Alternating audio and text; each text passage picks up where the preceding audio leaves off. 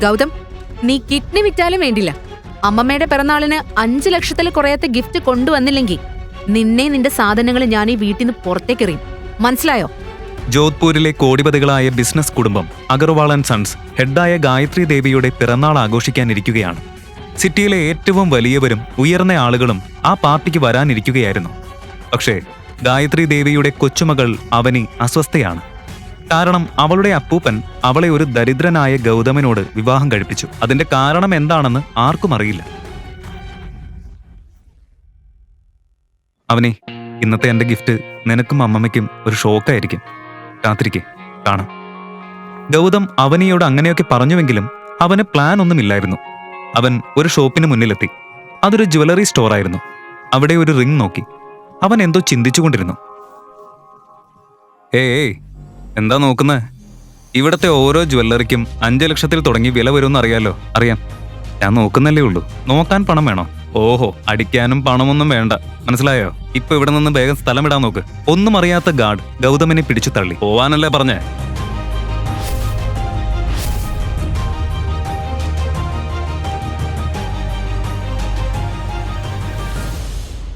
അവൻ അവിടെ അമ്മമ്മയ്ക്ക് എന്ത് ഗിഫ്റ്റ് കൊടുക്കുമെന്ന് ചിന്തിച്ചുകൊണ്ടിരിക്കുമ്പോഴാണ് സെക്യൂരിറ്റി പോലീസിനൊപ്പം അവിടെ എത്തിയത്. ഇവനാണ് സാർ അവിടെ നോക്കി നിന്നത്.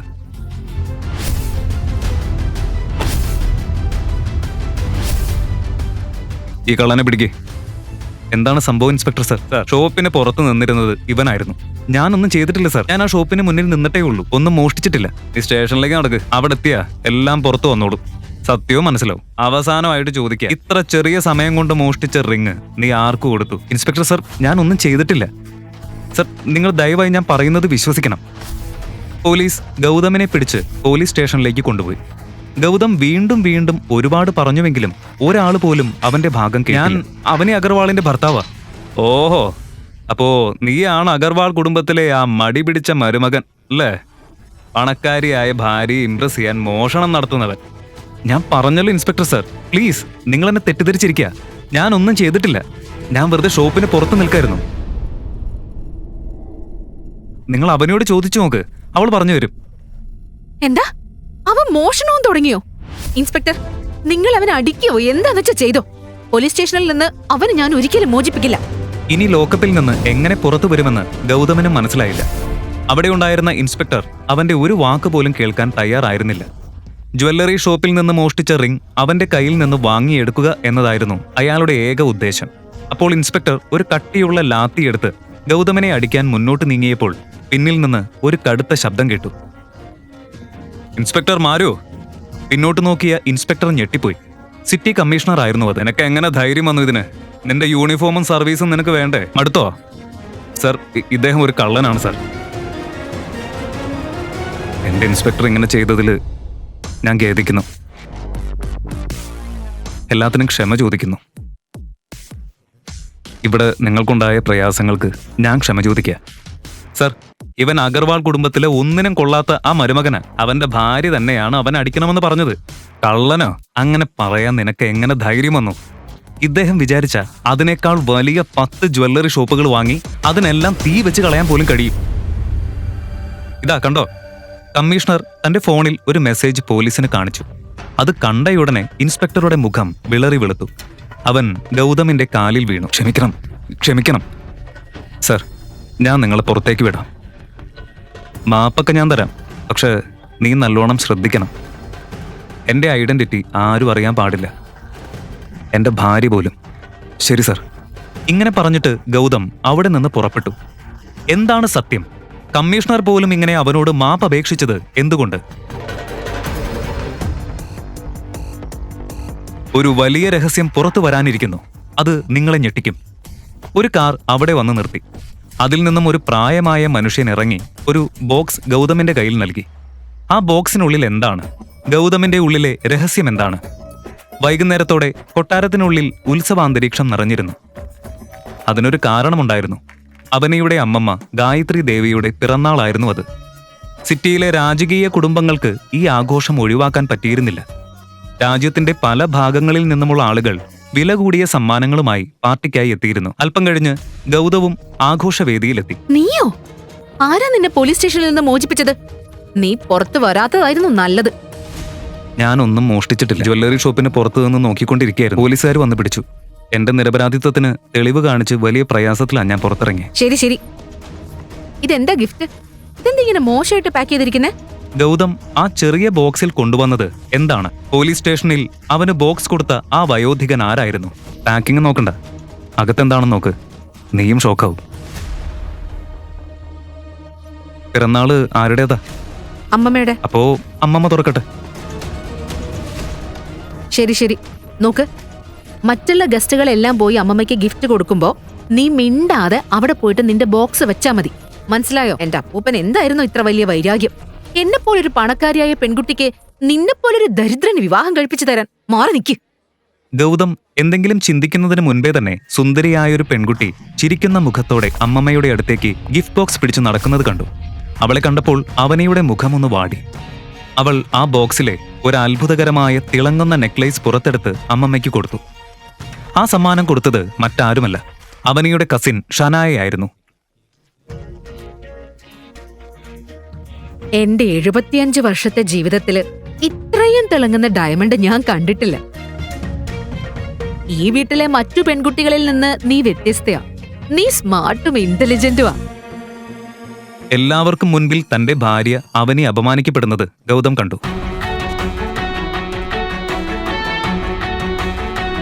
ഷനായ, അതല്ല, ഈ ഡയമണ്ട് നെക്ലസ് വളരെയധികം വിലയുള്ളതായിരിക്കും അല്ലെ? ഗൗതമിന്റെ വാക്കിലെ പരിഹാസം ഷനായയ്ക്ക് മനസ്സിലായില്ല. അവൾ അഭിമാനത്തോടെ നെക്ലേസിന്റെ വില ഉയർന്ന ശബ്ദത്തിൽ എല്ലാവരും കേൾക്കാനായി പറഞ്ഞു. 1.5 കോടി. 1.5 കോടിയോ? അങ്ങനെയാണെങ്കിൽ നിന്നെക്കാൾ ബുദ്ധിമാൻ നിനക്കിത് വിറ്റവന്. 5 ലക്ഷത്തിന്റെ ഡയമണ്ട് അവൻ 1.5 കോടിക്ക് വിറ്റല്ലോ. വാവ്! എന്തായാലും പോക്കറ്റിൽ 500 രൂപ വെച്ചുകൊണ്ട് നടക്കുന്നവർ ലക്ഷങ്ങളും കോടികളും വരുന്ന അറിവുകൾ എപ്പോ മുതലാ പഠിപ്പിക്കാൻ തുടങ്ങിയത്? നീ ഇവിടെ വന്നത് ഈ പാർട്ടി തകർക്കാനാണോ? ഒന്നിനും കൊള്ളാത്തവൻ എന്റെ കൊച്ചുമകളുടെ പ്രതിച്ഛായ കളയാൻ മനഃപൂർവ്വം നെക്ലേസിന്റെ തെറ്റായ വില പറയുന്നു. അമ്മമ്മ, നിങ്ങൾക്ക് എന്നെ വിശ്വാസമില്ലല്ലോ. അപ്പോ മിസ്റ്റർ പരീഖിനോട് ചോദിച്ചാൽ മതി. അദ്ദേഹം രാജസ്ഥാനിലെ ഏറ്റവും വലിയ ഡയമണ്ട് വ്യാപാരിയാണല്ലോ. സോ പ്ലീസ്, ഗായത്രി ദേവിക്ക് മനസ്സില്ലാ മനസ്സോടെ ആ നെക്ലേസ് മിസ്റ്റർ പരീഖിന് കൊടുക്കേണ്ടി വന്നു. അവൻ നെക്ലേസ് എടുത്ത് കുറച്ചു നേരം പരിശോധിച്ചു. എന്നിട്ട് പറഞ്ഞു, ആരോ ഒരു വില കുറഞ്ഞ ഡയമണ്ടിന് വില കൂടിയതായി കട്ട് ചെയ്യാൻ ശ്രമിച്ചിരിക്കുന്നു. എന്റെ കണ്ണിന് ഒരിക്കലും തെറ്റില്ല. ഷനായ മോളെ, ആരോ നിങ്ങളെ ചതിച്ചിരിക്കുന്നു. കേട്ടല്ലോ അമ്മമ്മ, ഞാൻ അപ്പോഴേ പറഞ്ഞതല്ലേ, ആരോ. മതി, മിണ്ടണ്ട, നിർത്തിക്കോ. എന്റെ സഹോദരിയെ കള്ളക്കാരി എന്ന് വിളിക്കാൻ മാത്രം ധൈര്യം നിനക്ക്? പറയ്, നീ എന്ത് ഗിഫ്റ്റാ കൊണ്ടുവന്നത്? പണിയില്ലാത്തവന്. 2 വർഷമായി സഹിക്കേണ്ടി വന്ന അപമാനങ്ങളിൽ ഗൗതം മടുത്തിരുന്നു. അവനയുടെ കടുപ്പമായ പെരുമാറ്റം അവൻ സഹിച്ചുകൊണ്ടിരുന്നു. പക്ഷെ ഇന്ന് എല്ലാവരുടെ മുന്നിലുമുണ്ടായ അപമാനം അവന് സഹിക്കാനായില്ല. അവൻ തന്റെ ഗിഫ്റ്റ് ബോക്സ് എടുത്ത് ഗായത്രി ദേവിയുടെ അടുത്തേക്ക് നീങ്ങി. ഇതെന്താ, സോം ബസാറിൽ നിന്ന് വാങ്ങിയ വില കുറഞ്ഞ ഗിഫ്റ്റ് ആണോ എന്റെ അമ്മമ്മയ്ക്ക് കൊണ്ടുവന്നിരിക്കുന്നത്? ഇന്നു മുതൽ അഗർവാൾ കുടുംബവും ഇവിടെയുള്ള ആരുമായും എനിക്കൊരു ബന്ധവുമില്ല. നിങ്ങൾ 2 വർഷം വളർത്തിയ ഈ നായ ഇപ്പൊ പോകുന്നു.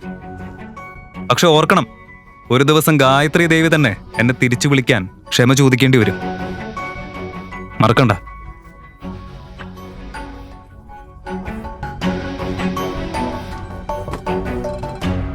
ഹാപ്പി ബർത്ത്ഡേ അമ്മമ്മ. ആ ബോക്സിനുള്ളിൽ എന്ത് കണ്ടിട്ടാണ് അവന് ഞെട്ടിയത്? എന്തായിരുന്നു ആ ബോക്സിൽ ഉണ്ടായിരുന്നത്? അത് കണ്ടപ്പോൾ ഗായത്രി ദേവിയും അവനെയും ഭയപ്പെട്ടു. ഏയ്, ആരെങ്കിലും അവനെ തടയൂ, ആരെങ്കിലും അവനെ പിടിക്ക്. അവൻ 2 വർഷം നമ്മോടൊപ്പം താമസിച്ചു, പക്ഷെ നമുക്ക് അവനെ തിരിച്ചറിയാനായില്ല. അവനെ ഞാൻ അടിക്കുകയും ചെയ്തു. ഇനി നമ്മൾ നശിക്കും. ആ ബോക്സിനുള്ളിൽ എന്തായിരുന്നു? അത് കണ്ടപ്പോൾ ഗായത്രി ദേവി ഇങ്ങനെ ഭയപ്പെട്ടത് എന്തിനാണ്? ആ ബോക്സ് ഗൗതമിന് കൊടുത്തത് ആരായിരുന്നു? ഗൗതം ആരാണ്? അവന്റെ യാഥാർത്ഥ്യം എന്താണ്? തിരുവനന്തപുരത്തെ ഒരു പുരാവസ്തു ശേഖരണ സ്റ്റോർ. അവിടെ അകത്ത് വലിയൊരു തർക്കം നടക്കുകയാണ്. സ്റ്റോർ മാനേജർ ഒരു ചെറുപ്പക്കാരനെയും വൃദ്ധനെയും വഴക്ക് പറയുന്നു. വളരെ സാധാരണക്കാരനെ പോലെ വസ്ത്രം ധരിച്ച ആ ചെറുപ്പക്കാരനാണ് ആദിത്യൻ. മാനേജറെ എന്തൊക്കെയോ പറഞ്ഞ് തൽക്കാലത്തേക്ക് സമാധാനപ്പെടുത്തി ആദിത്യൻ അവിടെ നിന്ന് മാറി ആരെയോ ഫോൺ ചെയ്തു. അപ്പുറത്ത് കോൾ എടുത്തതും അവൻ സംസാരിച്ചു തുടങ്ങി. ഹലോ ആവണി, ഒരു പ്രശ്നമുണ്ട്. ഓ എന്റെ ആദിത്യ, നീ വിളിക്കുമ്പോ തന്നെ അത് എന്തെങ്കിലും ഒരു പ്രശ്നമാണെന്ന് എനിക്കറിയാം. വലുതാണോ ചെറുതാണോ എന്ന് പറഞ്ഞാൽ മതി. പറ, ഇത്തവണ എന്താണ് ഉണ്ടായത്? ആവണി പരിഹാസത്തോട് ചോദിച്ചു. ആവണി, അത് പിന്നെ ഞാൻ അച്ഛൻ്റെ കൂടെ ഇവിടെ ഒരു ആന്റിക് ഷോപ്പിൽ വന്നതായിരുന്നു. പക്ഷേ ഇവിടെ വെച്ച് ബൈ മിസ്റ്റേക്ക് നല്ല വിലയുള്ളൊരു പ്രതിമ നിലത്ത് വീണ് പൊട്ടി. ആദിത്യൻ മടിയോടെ പറഞ്ഞു. എന്നാൽ ആവണി അതൊന്നും ശ്രദ്ധിക്കാത്തതുപോലെ ചോദിച്ചു. അതുകൊണ്ട് ഇവരിപ്പോ ആ പ്രതിമയ്ക്ക് പണം ചോദിക്കുന്നുണ്ട്. 30 ലക്ഷം രൂപ. ആദിത്യന്റെ മറുപടി കേട്ട് ആവണി ഞെട്ടി. എന്ത്, 30 ലക്ഷമോ? അതും ഒരു പ്രതിമയ്ക്ക്? നീ എന്തൊക്കെയാ ആദിത്യ പറയുന്നേ? അതെ ആവണി, എന്ത് ചെയ്യണമെന്ന് എനിക്കറിയില്ല. എത്രയും പെട്ടെന്ന് ആ പണം വേണമെന്നാണ് ഇവർ പറയുന്നത്. സംഭവത്തിന്റെ ഗൗരവം ആദിത്യന്റെ ശബ്ദത്തിൽ നിന്ന് വ്യക്തമായിരുന്നു. അത് കേട്ട് ആവണിക്ക് ദേഷ്യമടക്കാനായില്ല. നിനക്ക് ഭ്രാന്താണോ ആദിത്യ? നീ ഒരു ജോലിയും ചെയ്ത വീട്ടിൽ വെറുതെ ഇരിക്കുന്നത് തന്നെ എനിക്കൊരു പ്രശ്നമാണ്. ഇപ്പോൾ ഇതാ പുതിയൊരു കാര്യം കൊണ്ട് വന്നിരിക്കുന്നു. എന്റെ കയ്യിൽ എവിടെന്നാ ഇത്രയും പണം? വായിൽ വന്നതൊക്കെ വിളിച്ചു പറഞ്ഞതിന് ശേഷം ആവണി ദേഷ്യം നിയന്ത്രിച്ചുകൊണ്ട് കുറച്ചു സമയം മിണ്ടാതെ നിന്നു. ആദിത്യൻ എല്ലാം നിശബ്ദമായി കേട്ടു നിന്നു. എന്തായാലും ഞാനൊരു കാര്യം പറഞ്ഞേക്കാം. ഇത്തവണ എനിക്ക് നിന്നെ എന്തായാലും സഹായിക്കാൻ കഴിയില്ല. നീയല്ലേ അത് പൊട്ടിച്ചത്, അതുകൊണ്ട് നീ തന്നെ അത് കൈകാര്യം ചെയ്താൽ മതി. എന്റെ കയ്യിൽ അത്രയും പണമൊന്നുമില്ല, അവൾ പറഞ്ഞു. അയ്യോ അങ്ങനെയല്ല ആവണി. എന്തോ പറയാനൊരുങ്ങിയ ആദിത്യനെ മുഴുവിക്കാൻ സമ്മതിക്കാതെ ആവണി ദേഷ്യത്തോടെ ഫോൺ കട്ട് ചെയ്തു. ആദിത്യൻ നിന്ന് വിയർക്കാൻ തുടങ്ങി. ആവണി ആദിത്യന്റെ ഭാര്യയാണ്. ഇന്ന് അവർ രണ്ടുപേരുടെയും വിവാഹം കഴിഞ്ഞിട്ട് 3 വർഷം തികയുന്ന ദിവസമാണ്. ജോലിക്കൊന്നും പോവാത്ത ആദിത്യൻ ആവണിയുടെ വീട്ടിലാണ് താമസിക്കുന്നത്. അവിടെ അവന് ഒരു വേലക്കാരന്റെ സ്ഥാനം മാത്രമേ ഉള്ളൂ. വീട്ടുജോലികൾ ചെയ്തും ആവണിയുടെയും അവളുടെ അമ്മയുടെയും കാര്യങ്ങളൊക്കെ നോക്കിയും അവൻ യാതൊരു പരാതിയും പറയാതെ ജീവിച്ചു പോന്നു. അടുക്കള ജോലി മുതൽ വീട് വൃത്തിയാക്കൽ വരെ എല്ലാ ഭാരവും അവന്റെ മാത്രം കടമയായി എല്ലാവരും കണ്ടു. ഭർത്താവിന്റെ ഈ അവസ്ഥ കാണുമ്പോൾ ആവണിക്ക് അസ്വസ്ഥതയാണ് തോന്നിയത്. വീടിന്റെ സാമ്പത്തിക ബാധ്യത മുഴുവൻ ആവണിയുടെ ചുമലിലായിരുന്നു. അതിനിടയിലാണ് ആദിത്യൻ ഓരോ പ്രശ്നവും പറഞ്ഞു വിളിക്കുന്നത്. അതേസമയം താൻ ഇനി എന്തു ചെയ്യുമെന്ന് ആലോചിച്ച് ആ സ്റ്റോറിൽ നിന്ന് ടെൻഷൻ അടിക്കുകയാണ് ആദിത്യൻ. അവൻ ആവണിയോട് പറയാൻ തുടങ്ങിയ കാര്യം അവൾ കേൾക്കാൻ പോലും ശ്രമിച്ചില്ല. സത്യത്തിൽ ആ പ്രതിമ പൊട്ടിയത് അവന്റെ കൈതട്ടി ആയിരുന്നില്ല. ആദിത്യന്റെ കൂടെ ഉണ്ടായിരുന്ന ആവണിയുടെ അച്ഛന്റെ മിസ്റ്റേക്ക് ആയിരുന്നു അത്. അവൾ തന്നോട് അങ്ങനെയൊക്കെ സംസാരിച്ചല്ലോ എന്ന് ആലോചിച്ചപ്പോൾ ആദിത്യന് ടെൻഷനായി. ഒന്നുകൂടി ആവണിയെ വിളിച്ചു നോക്കാമെന്ന് അവൻ കരുതിയപ്പോൾ സ്റ്റോർ മാനേജർ കുറച്ച് ബോഡി ഗാർഡ്സുമായി അവന്റെ മുന്നിലെത്തി. എല്ലാവരുടെയും മുഖത്ത് നല്ല ദേഷ്യമുണ്ടായിരുന്നു. മാനേജർ പറഞ്ഞു. ഹലോ മിസ്റ്റർ, എന്താണ് നിങ്ങളുടെ ഉദ്ദേശം? 1 മണിക്കൂറായിട്ട് പണമൊന്നും എത്തിയിട്ടില്ലല്ലോ. നിങ്ങളെ സഹായിക്കാനും ആരും വന്നിട്ടില്ല. ഞങ്ങളൊക്കെ എത്ര നേരം ഇതും കാത്തിരിക്കണം? അതിനു പുറമെ ആ കിഴവൻ ഇവിടെ നിന്ന് ഓടിപ്പോവാനും ശ്രമിച്ചു. മാനേജർ പറഞ്ഞത് കേട്ട് ആദിത്യൻ അമ്പരപ്പോടെ നിന്നു. അങ്ങനെയൊന്നും ഉണ്ടാവില്ല. പണം തരാതെ ഞങ്ങൾ എവിടെയും പോവില്ല. ആദിത്യൻ അയാളെ സമാധാനിപ്പിക്കാൻ ശ്രമിച്ചു. ഇനി ഞങ്ങൾ നിങ്ങളുടെ വാക്ക് വിശ്വസിക്കണം അല്ലേ? ദേ, ഈ ബോഡി ഗാർഡ്സ് കണ്ടതുകൊണ്ടാണ്. അല്ലെങ്കിൽ അയാൾ ഇവിടെ നിന്ന് ഓടിപ്പോയേനെ. ഒരു കാര്യം പറഞ്ഞേക്കാം, ഇപ്പോൾ തന്നെ സമയം 2 മണിയായി. 5 മണിക്കുള്ളിൽ ആ പ്രതിമയ്ക്കുള്ള പണം ഞങ്ങൾക്ക് തന്നില്ലെങ്കിൽ ഞാൻ ആ കിഴവനെ പിടിച്ച് പോലീസിൽ ഏൽപ്പിക്കും. മനസ്സിലായോ? മാനേജർ ദേഷ്യത്തോടെ പറഞ്ഞു. അതും പറഞ്ഞ് മാനേജർ ആദിത്യനെ സൂക്ഷ്മമായി നോക്കി. മാനേജറുടെ ഭീഷണികൾ കേട്ട് ആദിത്യൻ മിണ്ടാതെ നിന്നു. അപ്പോഴേക്കും 60-61 വയസ്സ് പ്രായമുള്ള ഒരാൾ അവന്റെ തോളിൽ കൈവച്ചു. ആവണിയുടെ അച്ഛൻ ജയരാജ് ആയിരുന്നു അത്. ആദിത്യൻ അയാളോട് പറഞ്ഞു. അച്ഛാ, പണമില്ലാതെ ആളുകൾ നമ്മളെ പോവാൻ അനുവദിക്കില്ല. അപ്പോൾ ജയരാജ് പേടിയോടെ പറഞ്ഞു. പക്ഷെ മോനെ, ഞാൻ അറിയാതെ ഇവർ പോലീസിനെ വിളിക്കുക എന്നൊക്കെയാ പറയുന്നേ. നീ എന്തെങ്കിലും ഒന്ന് ചെയ്. എങ്ങനെയെങ്കിലും പണം അറേഞ്ച് ചെയ്യണം. അല്ലെങ്കിൽ എനിക്ക് പകരം നീ പോലീസ് സ്റ്റേഷനിൽ പോകുമോ? നിന്റെ മിസ്റ്റേക്ക് ആണെന്ന് പറ. കഴിഞ്ഞ 3 വർഷമായി നിന്നെ ഞങ്ങളുടെ വീട്ടിൽ താമസിപ്പിക്കുന്നില്ലേ? അതും എന്റെ മോളുടെ ചിലവിൽ. അതിന് പകരമായി നിനക്കിത് ചെയ്യാൻ പറ്റില്ലേ? അച്ഛാ, അച്ഛന് വേണ്ടി കുറ്റം ഏൽക്കാൻ എനിക്ക് സന്തോഷമേ ഉള്ളൂ. പക്ഷെ ഇവിടെ നടന്നതൊക്കെ എല്ലാവരും കണ്ടതല്ലേ? അച്ഛനും കേട്ടില്ലേ അവര് പറഞ്ഞതൊക്കെ? നമ്മൾ പറയുന്നൊന്നും ഇവരിനി സമ്മതിക്കുന്നു തോന്നുന്നില്ല. ആദിത്യൻ പറഞ്ഞു. എന്നാ പിന്നെ എങ്ങനെയെങ്കിലും നീ അവർക്കുള്ള പണം കൊടുക്ക. വീർത്ത് കുളിച്ച് ശബ്ദമിടറി ജയരാജ് പറയുന്നത് കേട്ട് അയാളെ സഹായിക്കണമെന്ന് ആദിത്യന് ആഗ്രഹമുണ്ടായിരുന്നു. എന്നാൽ അവന്റെ മുന്നിൽ അതിനൊരു വഴിയുമില്ലായിരുന്നു. അച്ഛാ, എനിക്ക് എന്താണ് ചെയ്യാൻ പറ്റുക? 30 ലക്ഷം രൂപയാണ് അവർ ചോദിക്കുന്നത്. എന്റെ പോക്കറ്റിലാണെങ്കിൽ 30 രൂപ പോലും എടുക്കാനില്ല. ശരിയാ, ഒരു ഉപകാരവും ഇല്ലാത്ത നിന്നോടൊക്കെ പറഞ്ഞിട്ടെന്തിനാ? നീ ഇപ്പൊ തന്നെ ഒന്നുകൂടെ ആവണിയെ വിളിക്ക്. അവളോട് ഞാൻ സംസാരിക്കാം. ജയരാജ് പറഞ്ഞു. വേറെ ഒരു വഴിയുമില്ലാതെ ആദിത്യൻ ആവണിയുടെ നമ്പർ പിന്നെയും ഡയൽ ചെയ്തു. എന്നാൽ റിംഗ് പൂർത്തിയാവുന്നതിന് മുമ്പ് തന്നെ ആവണി ദേഷ്യത്തോടെ കോൾ കട്ട് ചെയ്തു. ഇത് കണ്ട ജയരാജ് ആദിത്യന്റെ കയ്യിൽ നിന്ന് ഫോൺ തട്ടിപ്പറിച്ച് വീണ്ടും അവളെ വിളിച്ചു. കുറച്ചു സമയത്തിന് ശേഷം ആവണി ഫോൺ എടുത്തു. അവൾ ദേഷ്യത്തോടെ പറഞ്ഞു. ആദിത്യ, ജോലി സമയത്ത് എന്നെ വിളിച്ചോണ്ടിരിക്കല്ലേ? നിന്നെ ഞാൻ സഹായിക്കില്ലെന്ന് നേരത്തെ തന്നെ പറഞ്ഞില്ലേ? ഇതെല്ലാം കേട്ടുകൊണ്ടിരുന്ന ജയരാജ് ഒരു ദീർഘനിശ്വാസം എടുത്തുകൊണ്ട് പതുക്കെ പറഞ്ഞു. മോളെ, ഇത് അച്ഛനാണ്. ആവണി ഒരു നിമിഷം ഒന്ന് ഞെട്ടി. അച്ഛനുണ്ടോ കൂടെ? മോളെ നീ ഒന്ന് സഹായിക്കണം. ഈ ആളുകൾക്ക് പണം കൊടുത്തില്ലെങ്കിൽ അവരെന്നെ പോലീസിൽ ഏൽപ്പിക്കും. അയാൾ നിരാശയോടെ മകളോട് പറഞ്ഞു.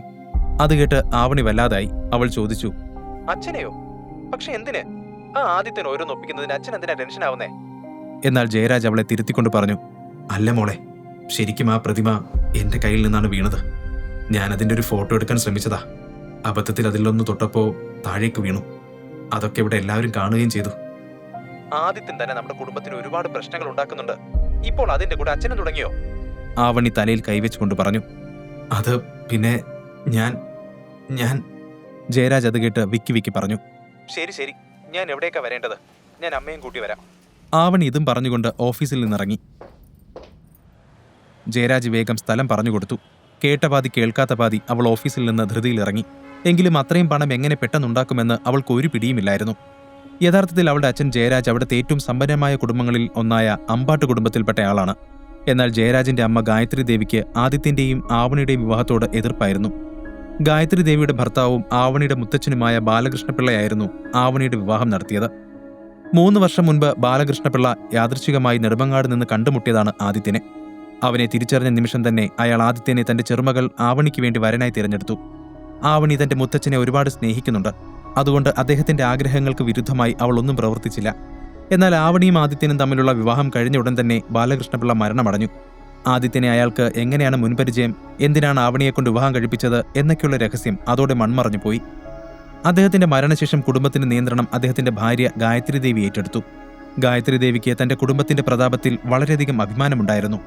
അതുകൊണ്ട് തന്നെ ആദിത്യനെ പോലെ ഒരാളെ അവർക്ക് ഒരിക്കലും അംഗീകരിക്കാൻ കഴിഞ്ഞില്ല.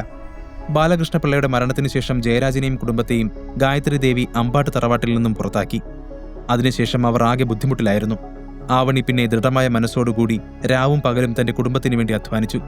അവരുടെ അവസ്ഥ എങ്ങനെ മെച്ചപ്പെടുത്താമെന്നത് മാത്രമായിരുന്നു ആവണിയുടെ ചിന്ത.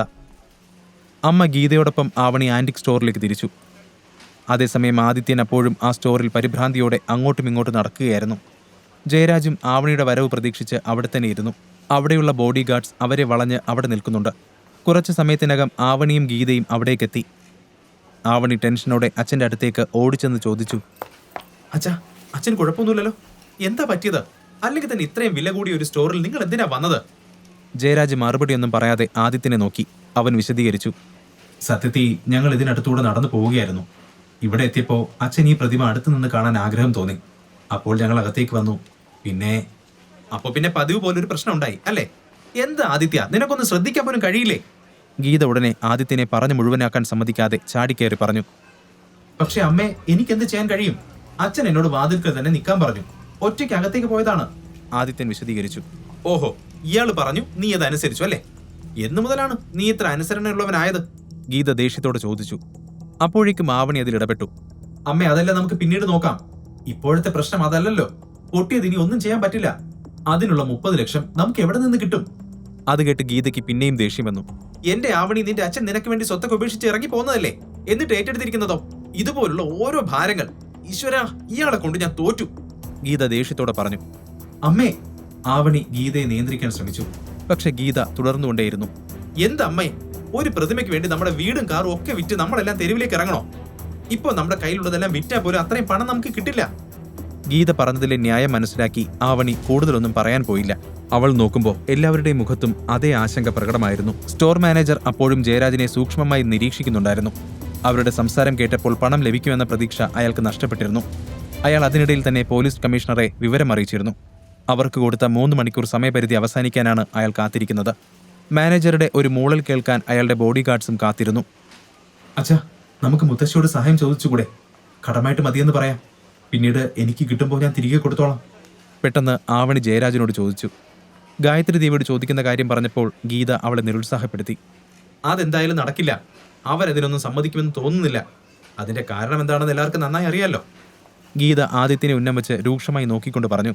എന്നാൽ ആവണി അതൊന്നും ശ്രദ്ധിക്കാതെ പിന്നെയും പറഞ്ഞു. ഒന്ന് ചോദിക്കുന്നതുകൊണ്ട് എന്താണ് പ്രശ്നം? ഞാൻ തന്നെ മുത്തശ്ശിയെ വിളിക്കാം. ആവണി ഫോൺ എടുത്ത് ഗായത്രി ദേവിയുടെ നമ്പറിലേക്ക് ഡയൽ ചെയ്തു. തന്റെ നമ്പർ കണ്ടാൽ മുത്തശ്ശി കോൾ എടുക്കുമോ എന്ന ആശങ്ക വാസ്തവത്തിൽ അവൾക്കുമുണ്ടായിരുന്നു.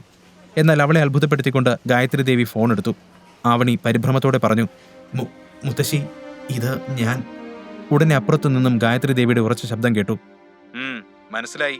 എന്താ കാര്യം? ഗായത്രി ദേവി ലവലേശം സ്നേഹമില്ലാത്ത രീതിയിൽ ചോദിച്ചു. ആവണി ഒരു ദീർഘനിശ്വാസം എടുത്തുകൊണ്ട് അവരോടെല്ലാം വിശദീകരിച്ചു. ഗായത്രി ദേവി എല്ലാം ശ്രദ്ധാപൂർവം കേട്ടു. ആവണി പറഞ്ഞു തീർന്നപ്പോൾ ഒരു നീണ്ട നിശബ്ദത മാത്രമുണ്ടായി. കുറച്ചു കഴിഞ്ഞപ്പോൾ ഗായത്രി ദേവിയുടെ ശക്തമായ ശബ്ദം കേട്ടു. ശരി, പണം ഞാൻ തരാം. പക്ഷേ നീ എൻ്റെ ഒരു നിബന്ധന അംഗീകരിക്കണം. നിബന്ധനയോ? എന്താണത്? ആവണി മടിച്ചുകൊണ്ട് ചോദിച്ചു. ഗായത്രി ദേവി വിശദീകരിച്ചു. ഇവിടുത്തെ ഏറ്റവും വലിയ കമ്പനിയായ മീറ്റിയോർ ഗ്രൂപ്പുമായി ഞങ്ങളൊരു പാർട്ട്ണർഷിപ്പിലേക്ക് കടക്കാൻ പോവുകയാണ്. നിനക്കിപ്പോഴും എന്നോട് ബഹുമാനമുണ്ടെങ്കിൽ, നീ എന്നെ ഇപ്പോഴും നിന്റെ മുത്തശ്ശിയായി അംഗീകരിക്കുന്നുണ്ടെങ്കിൽ, നീ ഇപ്പോൾ തന്നെ ആ ആദിത്യനെ ഡിവോഴ്സ് ചെയ്ത് മീറ്റിയോർ ഗ്രൂപ്പിന്റെ ചെയർമാന്റെ മകൻ അശോക് ചന്ദ്രനെ വിവാഹം കഴിക്കണം. മുത്തശ്ശിയുടെ ആവശ്യം കേട്ട് ആവണി ഞെട്ടി. അവൾ വേഗം തന്നെ പറഞ്ഞു. മുത്തശ്ശി എന്തായി പറയുന്നേ? ഇതല്ലെങ്കിലും ആദിത്യന്റെ തെറ്റല്ലല്ലോ, അവനല്ല. എന്നാൽ ഗായത്രി ദേവി ഉറച്ച ശബ്ദത്തിൽ പിന്നെയും ആവർത്തിച്ചു. അതല്ലല്ലോ ഞാൻ പറഞ്ഞത്. ആരുടെ തെറ്റെന്നത് എനിക്ക് പ്രസക്തമല്ല. നിനക്കിപ്പോ എന്റെ സഹായം വേണമെന്നുണ്ടെങ്കിൽ നിന്റെ ആ കാൽക്കാശിന് വകയില്ലാത്തവനെ കളഞ്ഞിട്ട് ഞാൻ പറയുന്നവനെ കെട്ടണം. അതിന് സമ്മതമാണോ അല്ലയോ? ആവണി ആ ചോദ്യത്തിന് ഉത്തരം നൽകാതെ പിന്നെയും അവരെ കാര്യം പറഞ്ഞ് ബോധിപ്പിക്കാൻ ശ്രമിച്ചു. മുത്തശ്ശി, ഈ പണം മുത്തശ്ശിയുടെ മകന് വേണ്ടിയല്ലേ? ഗായത്രി ദേവി അവളെ തടഞ്ഞുകൊണ്ട് പറഞ്ഞു. ബന്ധത്തിന്റെ കടമയൊന്നും നീ എന്നെ പഠിപ്പിക്കണ്ട. നിന്റെ അച്ഛൻ ഈ പണം വേണമെന്നുണ്ടെങ്കിൽ ഞാൻ പറഞ്ഞ കാര്യം നീ കേൾക്കണം. നന്നായി സമയമെടുത്ത് ആലോചിച്ച് പറഞ്ഞാൽ മതി. ആവണി വീണ്ടും സംസാരിച്ചു തുടങ്ങുമ്പോഴേക്കും ഗായത്രി ദേവി കോൾ കട്ട് ചെയ്തിരുന്നു. ഫോൺ സ്പീക്കറിലായിരുന്നതുകൊണ്ട് തന്നെ ഗായത്രി ദേവിയുടെ സംസാരം അവിടെ നിന്ന് എല്ലാവരും കേട്ടിരുന്നു. ആരും ഒന്നും മിണ്ടാതെ നിന്നപ്പോൾ ആദിത്യൻ ആവണിയുടെ അടുത്തേക്ക് ചെന്നു. അവളുടെ തോളിൽ കൈവച്ചുകൊണ്ട് ആശ്വസിപ്പിച്ചു. ആവണി, സാരമില്ല, ഞാൻ എന്തെങ്കിലും ചെയ്യാം. അത് കേട്ടതും ഗീത ദേഷ്യത്തോടെ അലറി. ഓ, നീ എന്ത് ചെയ്യാ? തെരുവിൽ കിടന്ന് തെണ്ടുവോ? ആവണി, നീ ഞാൻ പറയുന്നത് കേൾക്ക്. നീ ഇവനെ ഡിവോഴ്സ് ചെയ്യ്. അപ്പോ പിന്നെ നിന്റെ മുത്തശ്ശി നമ്മളെ കുടുംബത്തിലേക്ക് തിരിച്ചു വിളിക്കും. നമ്മുടെ എല്ലാ പ്രശ്നവും അതോടെ തീരും. അല്ലെങ്കിൽ ഒരു കാര്യം ചെയ്യ്, നീ ഇപ്പോ തന്നെ അശോകിനെ വിളിക്കുക. നിങ്ങൾ തമ്മിൽ പരിചയമുള്ളതല്ലേ? അവൻ എന്തായാലും നിന്നെ സഹായിക്കും. ഈ 30 ലക്ഷമൊക്കെ അവന്റെ അച്ഛനെ സംബന്ധിച്ച് ചെറിയ തുക മാത്രമാണ്. ഗീത അങ്ങനെയൊക്കെ പറഞ്ഞെങ്കിലും അശോക് ആരാണെന്ന് ആവണിക്ക് നന്നായി അറിയാമായിരുന്നു. മീറ്റിയോർ ഗ്രൂപ്പിന്റെ വൈസ് ചെയർമാൻ ചന്ദ്രശേഖറിന്റെ ഒരേയൊരു മകനാണ് സ്ത്രീലമ്പടനായ ഈ അശോക്. സ്ത്രീകൾ വീക്ക്നെസ്സായ അവന് ഓരോ ദിവസവും ഓരോ പെണ്ണാണ്. അവന്റെ പേരിൽ എത്രയോ ബലാത്സംഗ കേസുകൾ ഫയൽ ചെയ്തിട്ടുണ്ടെങ്കിലും അച്ഛന്റെ പണത്തിന്റെ ബലത്തിൽ അവൻ അതിൽ നിന്നെല്ലാം പുറത്തു കടന്നു. അശോക് കോളേജിൽ പഠിക്കുന്ന സമയം മുതൽ ആവണിയെ പിന്തുടരുന്നുണ്ട്. എന്നാൽ അവൾ എപ്പോഴും അവനെ അവഗണിച്ചു. അശോകിന്റെ പേര് കേട്ടപ്പോൾ ആദിത്യനും എന്തോ പറയാൻ വന്നെങ്കിലും ആരും അപ്പോൾ അവനെ കേൾക്കില്ലെന്ന് അവന് തോന്നി. അവൻ ഫോൺ എടുത്ത് അവിടെ നിന്നും പുറത്തേക്ക് നടന്നു. സ്റ്റോറിന്റെ പുറത്തെത്തിയപ്പോൾ അവൻ ഒരു നമ്പറിലേക്ക് ഡയൽ ചെയ്തു. ഓരോ റിങ്ങിലും അവന്റെ ഹൃദയമിടിപ്പ് വർദ്ധിച്ചു. ഫോൺ കണക്ട് ആയതും കുറച്ചു സമയം നിശബ്ദതയായിരുന്നു. അവസാനം ആദിത്യൻ ഒരു മടിയോടെ വിളിച്ചു. മൂർത്തി അങ്കിൾ. ഒരു നിമിഷത്തെ നിശബ്ദതയ്ക്ക് ശേഷം അപ്പുറത്തെ ആൾ സംസാരിച്ചു. പറയൂ കൊച്ചു തമ്പുരാനെ. അത് കേട്ട് ആദിത്യന്റെ ഹൃദയം ഒരു നിമിഷം നിലച്ചതുപോലെ തോന്നി. ഫോണിലൂടെ മുഴക്കമുള്ള ആ ശബ്ദം കേട്ട് ആദിത്യന്റെ ഹൃദയത്തിന് വലിയ ഭാരം തോന്നി. അവൻ വേഗം സ്റ്റോറിന്റെ ഒരു മൂലയിൽ പോയിരുന്നു. പിന്നെ പതുക്കെ ചോദിച്ചു, സുഖമാണോ അങ്കിളെ? ആദിത്യൻ ഇപ്പോൾ സംസാരിക്കുന്ന വ്യക്തിയാണ് കൃഷ്ണമൂർത്തി. അവന്റെ അച്ഛൻ ഐരൂരിലെ പ്രതാപികളായ രാജകുടുംബമായ പള്ളിക്കൽ കോവിലകത്തെ രാഘവേന്ദ്രവർമ്മയുടെ വലം കൈയാണ് മൂർത്തി. രാഘവേന്ദ്രന്റെ ഏറ്റവും ഇളയ മകനാണ് രാജകുമാരനായ ആദിത്യവർമ്മ. അതിസമ്പന്നമായ പള്ളിക്കൽ തന്നെയാണ് ആദിത്യനും വളർന്നത്. അവൻ വലുതായി വിവാഹപ്രായമായപ്പോൾ അവന്റെ മുത്തച്ഛൻ അദ്ദേഹത്തിന്റെ അടുത്ത സുഹൃത്തിന്റെ മകൾ ദീപികയുമായി ആദിത്യന്റെ വിവാഹമുറപ്പിച്ചു. ദീപിക ആദിത്യന്റെ ബാല്യകാല സുഹൃത്തായിരുന്നെങ്കിലും അവൻ ഒരിക്കലും അവളെ പ്രണയത്തോടെ കണ്ടിട്ടില്ല. പക്ഷെ അവന്റെ വീട്ടുകാർ അവന്റെ താല്പര്യം നോക്കിയില്ല. അവർ ആദിത്യനും ദീപികയും തമ്മിലുള്ള വിവാഹമുറപ്പിച്ചു. അപ്പോഴാണ് എല്ലാം മാറ്റിമറിച്ച ഒരു സംഭവം കോവിലകത്ത് നടന്നത്. കല്യാണത്തിന്റെ അന്ന് അലങ്കരിച്ച ആ മണ്ഡപം വിട്ട് ആദിത്യൻ അവിടെ നിന്ന് ഇറങ്ങിപ്പോയി. ആ മണ്ഡപം ഇപ്പോഴും കോവിലകത്ത് അതുപോലെ തന്നെ അലങ്കരിച്ചു നിൽക്കുന്നുണ്ട്. എല്ലാം ആലോചിച്ചുകൊണ്ട് നിന്ന മൂർത്തി പെട്ടെന്ന് സ്വബോധത്തിലേക്ക് തിരികെ വന്നുകൊണ്ട് ആദിത്യനോട് പറഞ്ഞു, സുഖമാണ്. ആദിത്യൻ സംശയത്തോടെ പിന്നെയും നിന്നു. അങ്കിളിന് എന്നോട് ഇപ്പോഴും ദേഷ്യമുണ്ടോ? അപ്പോൾ മൂർത്തി അവനോട് പറഞ്ഞു, എന്തൊക്കെയാ ഈ പറയുന്ന കൊച്ചു തമ്പുരാനെ? തമ്പുരാൻ പോയതിനു ശേഷം കോവിലകം ആകെ ശൂന്യമായതുപോലെയാണ്. വല്ലാതെ മിസ് ചെയ്യാണ്. അത് കേട്ട ആദിത്യന് ആകെ വിഷമം തോന്നി. സോറി അങ്കിളെ, ഞാനിപ്പോൾ വിളിച്ചത് ഒരു സഹായം ചോദിക്കാനാ. ഞാൻ വലിയൊരു പ്രശ്നത്തിൽപ്പെട്ടിരിക്കുകയാണ്. തമ്പുരാൻ ഇപ്പോൾ എവിടെയാണ് താമസിക്കുന്നതെന്നും എന്താണ് തമ്പുരാന്റെ പ്രശ്നമെന്നും എല്ലാം എനിക്കറിയാം. മൂർത്തിയുടെ മറുപടി കേട്ട ആദിത്യൻ അമ്പരപ്പോടെ നിന്നു. അവൻ മെല്ലെ ആ സ്റ്റോറിൽ നിന്നും പുറത്തേക്കിറങ്ങി. 4 വർഷം മുമ്പാണ് അവൻ കോവിലകം വിട്ടിറങ്ങിയത്. എന്നിട്ടും ഇപ്പോഴും അവർ തന്നെ പിന്തുടരുന്നുണ്ടെന്ന് കേട്ടപ്പോൾ അവന് ശരിക്കും അത്ഭുതം തോന്നി. എന്തായാലും ആലോചിച്ച് നിൽക്കാൻ സമയമില്ല. ആദിത്യൻ വേഗം പറഞ്ഞു, അപ്പോൾ പിന്നെ ഞാനെല്ലാം വിശദീകരിക്കേണ്ട ആവശ്യമില്ലല്ലോ. എനിക്കിപ്പോൾ ഒരു 30 ലക്ഷം രൂപ വേണം. അതുകൊണ്ട് എനിക്ക് പെട്ടെന്ന് മൂർത്തി അവനെ തടഞ്ഞു. പണം നമുക്കൊരു പ്രശ്നമല്ലല്ലോ തമ്പുരാനെ. ആട്ടെ, ഇപ്പോൾ എന്താ അത്യാവശ്യം? പള്ളിക്കലെ കൊച്ചു തമ്പുരാന് വല്ലവന്റെയും വീട്ടുജോലി ചെയ്യേണ്ട ഗതികേടുണ്ടോ? എല്ലാം അവസാനിപ്പിച്ച് കോലോത്തേക്ക് തിരികെ വന്നൂടെ തമ്പുരാന്? ആദിത്യനൊന്നും മിണ്ടിയില്ല. മൂർത്തി തുടർന്നു. പള്ളിക്കൽ കോവിലകത്തിന്റെ സിംഹാസനം വലിച്ചെറിഞ്ഞിട്ടാണ് തമ്പുരാൻ അവിടെ നിന്ന് ഇറങ്ങിപ്പോന്നത്. ഇത്രയും വർഷമായിട്ടും തിരികെ വരാതെ എന്തിനാണ് ഇങ്ങനെ ഒരു നരകതുല്യ ജീവിതം? ആരോടെങ്കിലുമുള്ള പ്രതികാരമാണെങ്കിൽ ആരോട്? എന്തിന്? 4 വർഷമായി ആദിത്യന്റെ ഉള്ളിൽ കിടക്കുന്ന മുറിവുകളെ മൂർത്തിയുടെ വാക്കുകൾ കുത്തിനോവിച്ചു. അങ്കിളെ, ഇതൊരു പ്രതികാരമൊന്നുമല്ല. സത്യം പറഞ്ഞാ ഇതൊരു മുഖംമൂടിയാണ്. ഒന്നിനും വകയില്ലാത്ത വെറും ഒരു മരുമകന്റെ മുഖംമൂടി. നമ്മുടെ നാട്ടിൽ വിവാഹം കഴിഞ്ഞ് ഭർത്താവ് ഭാര്യയുടെ വീട്ടിൽ നിൽക്കുന്നത് ഏറ്റവും മോശം കാര്യമായാണ് കണക്കാക്കുന്നതെന്ന് എനിക്കറിയാണ്ടല്ല. ഇപ്പോൾ ഇങ്ങനെ ജീവിക്കുന്നതിന് എനിക്ക് എന്റേതായ കാരണങ്ങളുണ്ട്. ഇതൊക്കെ എന്തിനാണ്, ആർക്കു വേണ്ടിയാണ് എന്നതെല്ലാം സമയം വരുമ്പോൾ ഞാൻ പറയാം. ഇപ്പോൾ തൽക്കാലം ഈ വിഷയത്തെപ്പറ്റി സംസാരിക്കാൻ എനിക്ക് ആഗ്രഹമില്ല. ഇപ്പോൾ എന്റെ മുമ്പിൽ വളരെ വലിയൊരു പ്രശ്നമുണ്ട്. അതിൽ നിങ്ങൾക്ക് എന്നെ സഹായിക്കാൻ പറ്റുമോ എന്ന് പറയൂ. ആദിത്യൻ ആകാംക്ഷയോടെ നിന്നപ്പോൾ മൂർത്തി പറഞ്ഞു, പള്ളിക്കൽ കോലോത്ത് നിന്ന് തമ്പുരാന് 30 ലക്ഷം രൂപ തരും. പക്ഷെ ആ പണത്തിന് പകരമായി തമ്പുരാന്റെ മുത്തച്ഛന് ഒരു കണ്ടീഷനുണ്ട്. ആദിത്യൻ ഒന്ന് അമ്പരന്നു. എന്ത് കണ്ടീഷൻ? മൂർത്തി ശാന്തമായി പറഞ്ഞു. തമ്പുരാൻ മുൻപ് നിശ്ചയിച്ചുറപ്പിച്ചതുപോലെ ദീപികയെ വിവാഹം കഴിക്കണം. ആദിത്യൻ അത് കേട്ട് ഞെട്ടിപ്പോയി. 4 വർഷം കഴിഞ്ഞിട്ടും അതേ ആവശ്യം തന്നെ. അവൻ വേഗം തന്നെ അത് നിരസിച്ചു. അങ്കിളെ, എല്ലാം അറിയാമെന്നല്ലേ പറഞ്ഞത്? എന്റെ വിവാഹം ഒരിക്കൽ കഴിഞ്ഞതാണ്. പിന്നെ എങ്ങനെ എനിക്ക് ദീപികയെ വിവാഹം കഴിക്കാൻ സാധിക്കും? അതൊന്നും നടക്കില്ല. അപ്പോൾ മൂർത്തി വിശദീകരിച്ചു. ആവണിയുമായുള്ള കൊച്ചു തമ്പുരാന്റെ വിവാഹത്തെ വലിയ തമ്പുരാൻ ഒരിക്കലും അംഗീകരിച്ചിട്ടില്ല. കൊച്ചു തമ്പുരാൻ കോവിലകത്തിൽ നിന്ന് ഇറങ്ങി പോകുന്നതിന് ശേഷം അവിടെ ഒരുപാട് കാര്യങ്ങളുണ്ടായി. അറിയാലോ, എനിക്കെന്തായാലും കോലോത്തെ തീരുമാനത്തിനെതിരായി ഒന്നും ചെയ്യാൻ കഴിയില്ല. പണം ഞാൻ തരാം. അതിന് പകരമായി തമ്പുരാൻ ആവണിയെ ഡിവോഴ്സ് ചെയ്ത് ദീപികയെ വിവാഹം കഴിക്കണം. മൂർത്തി വീണ്ടും ആ ആവശ്യം തന്നെ പറഞ്ഞത് കേട്ടപ്പോൾ ആദിത്യൻ കുറച്ചു സമയം മിണ്ടാതെ നിന്നു.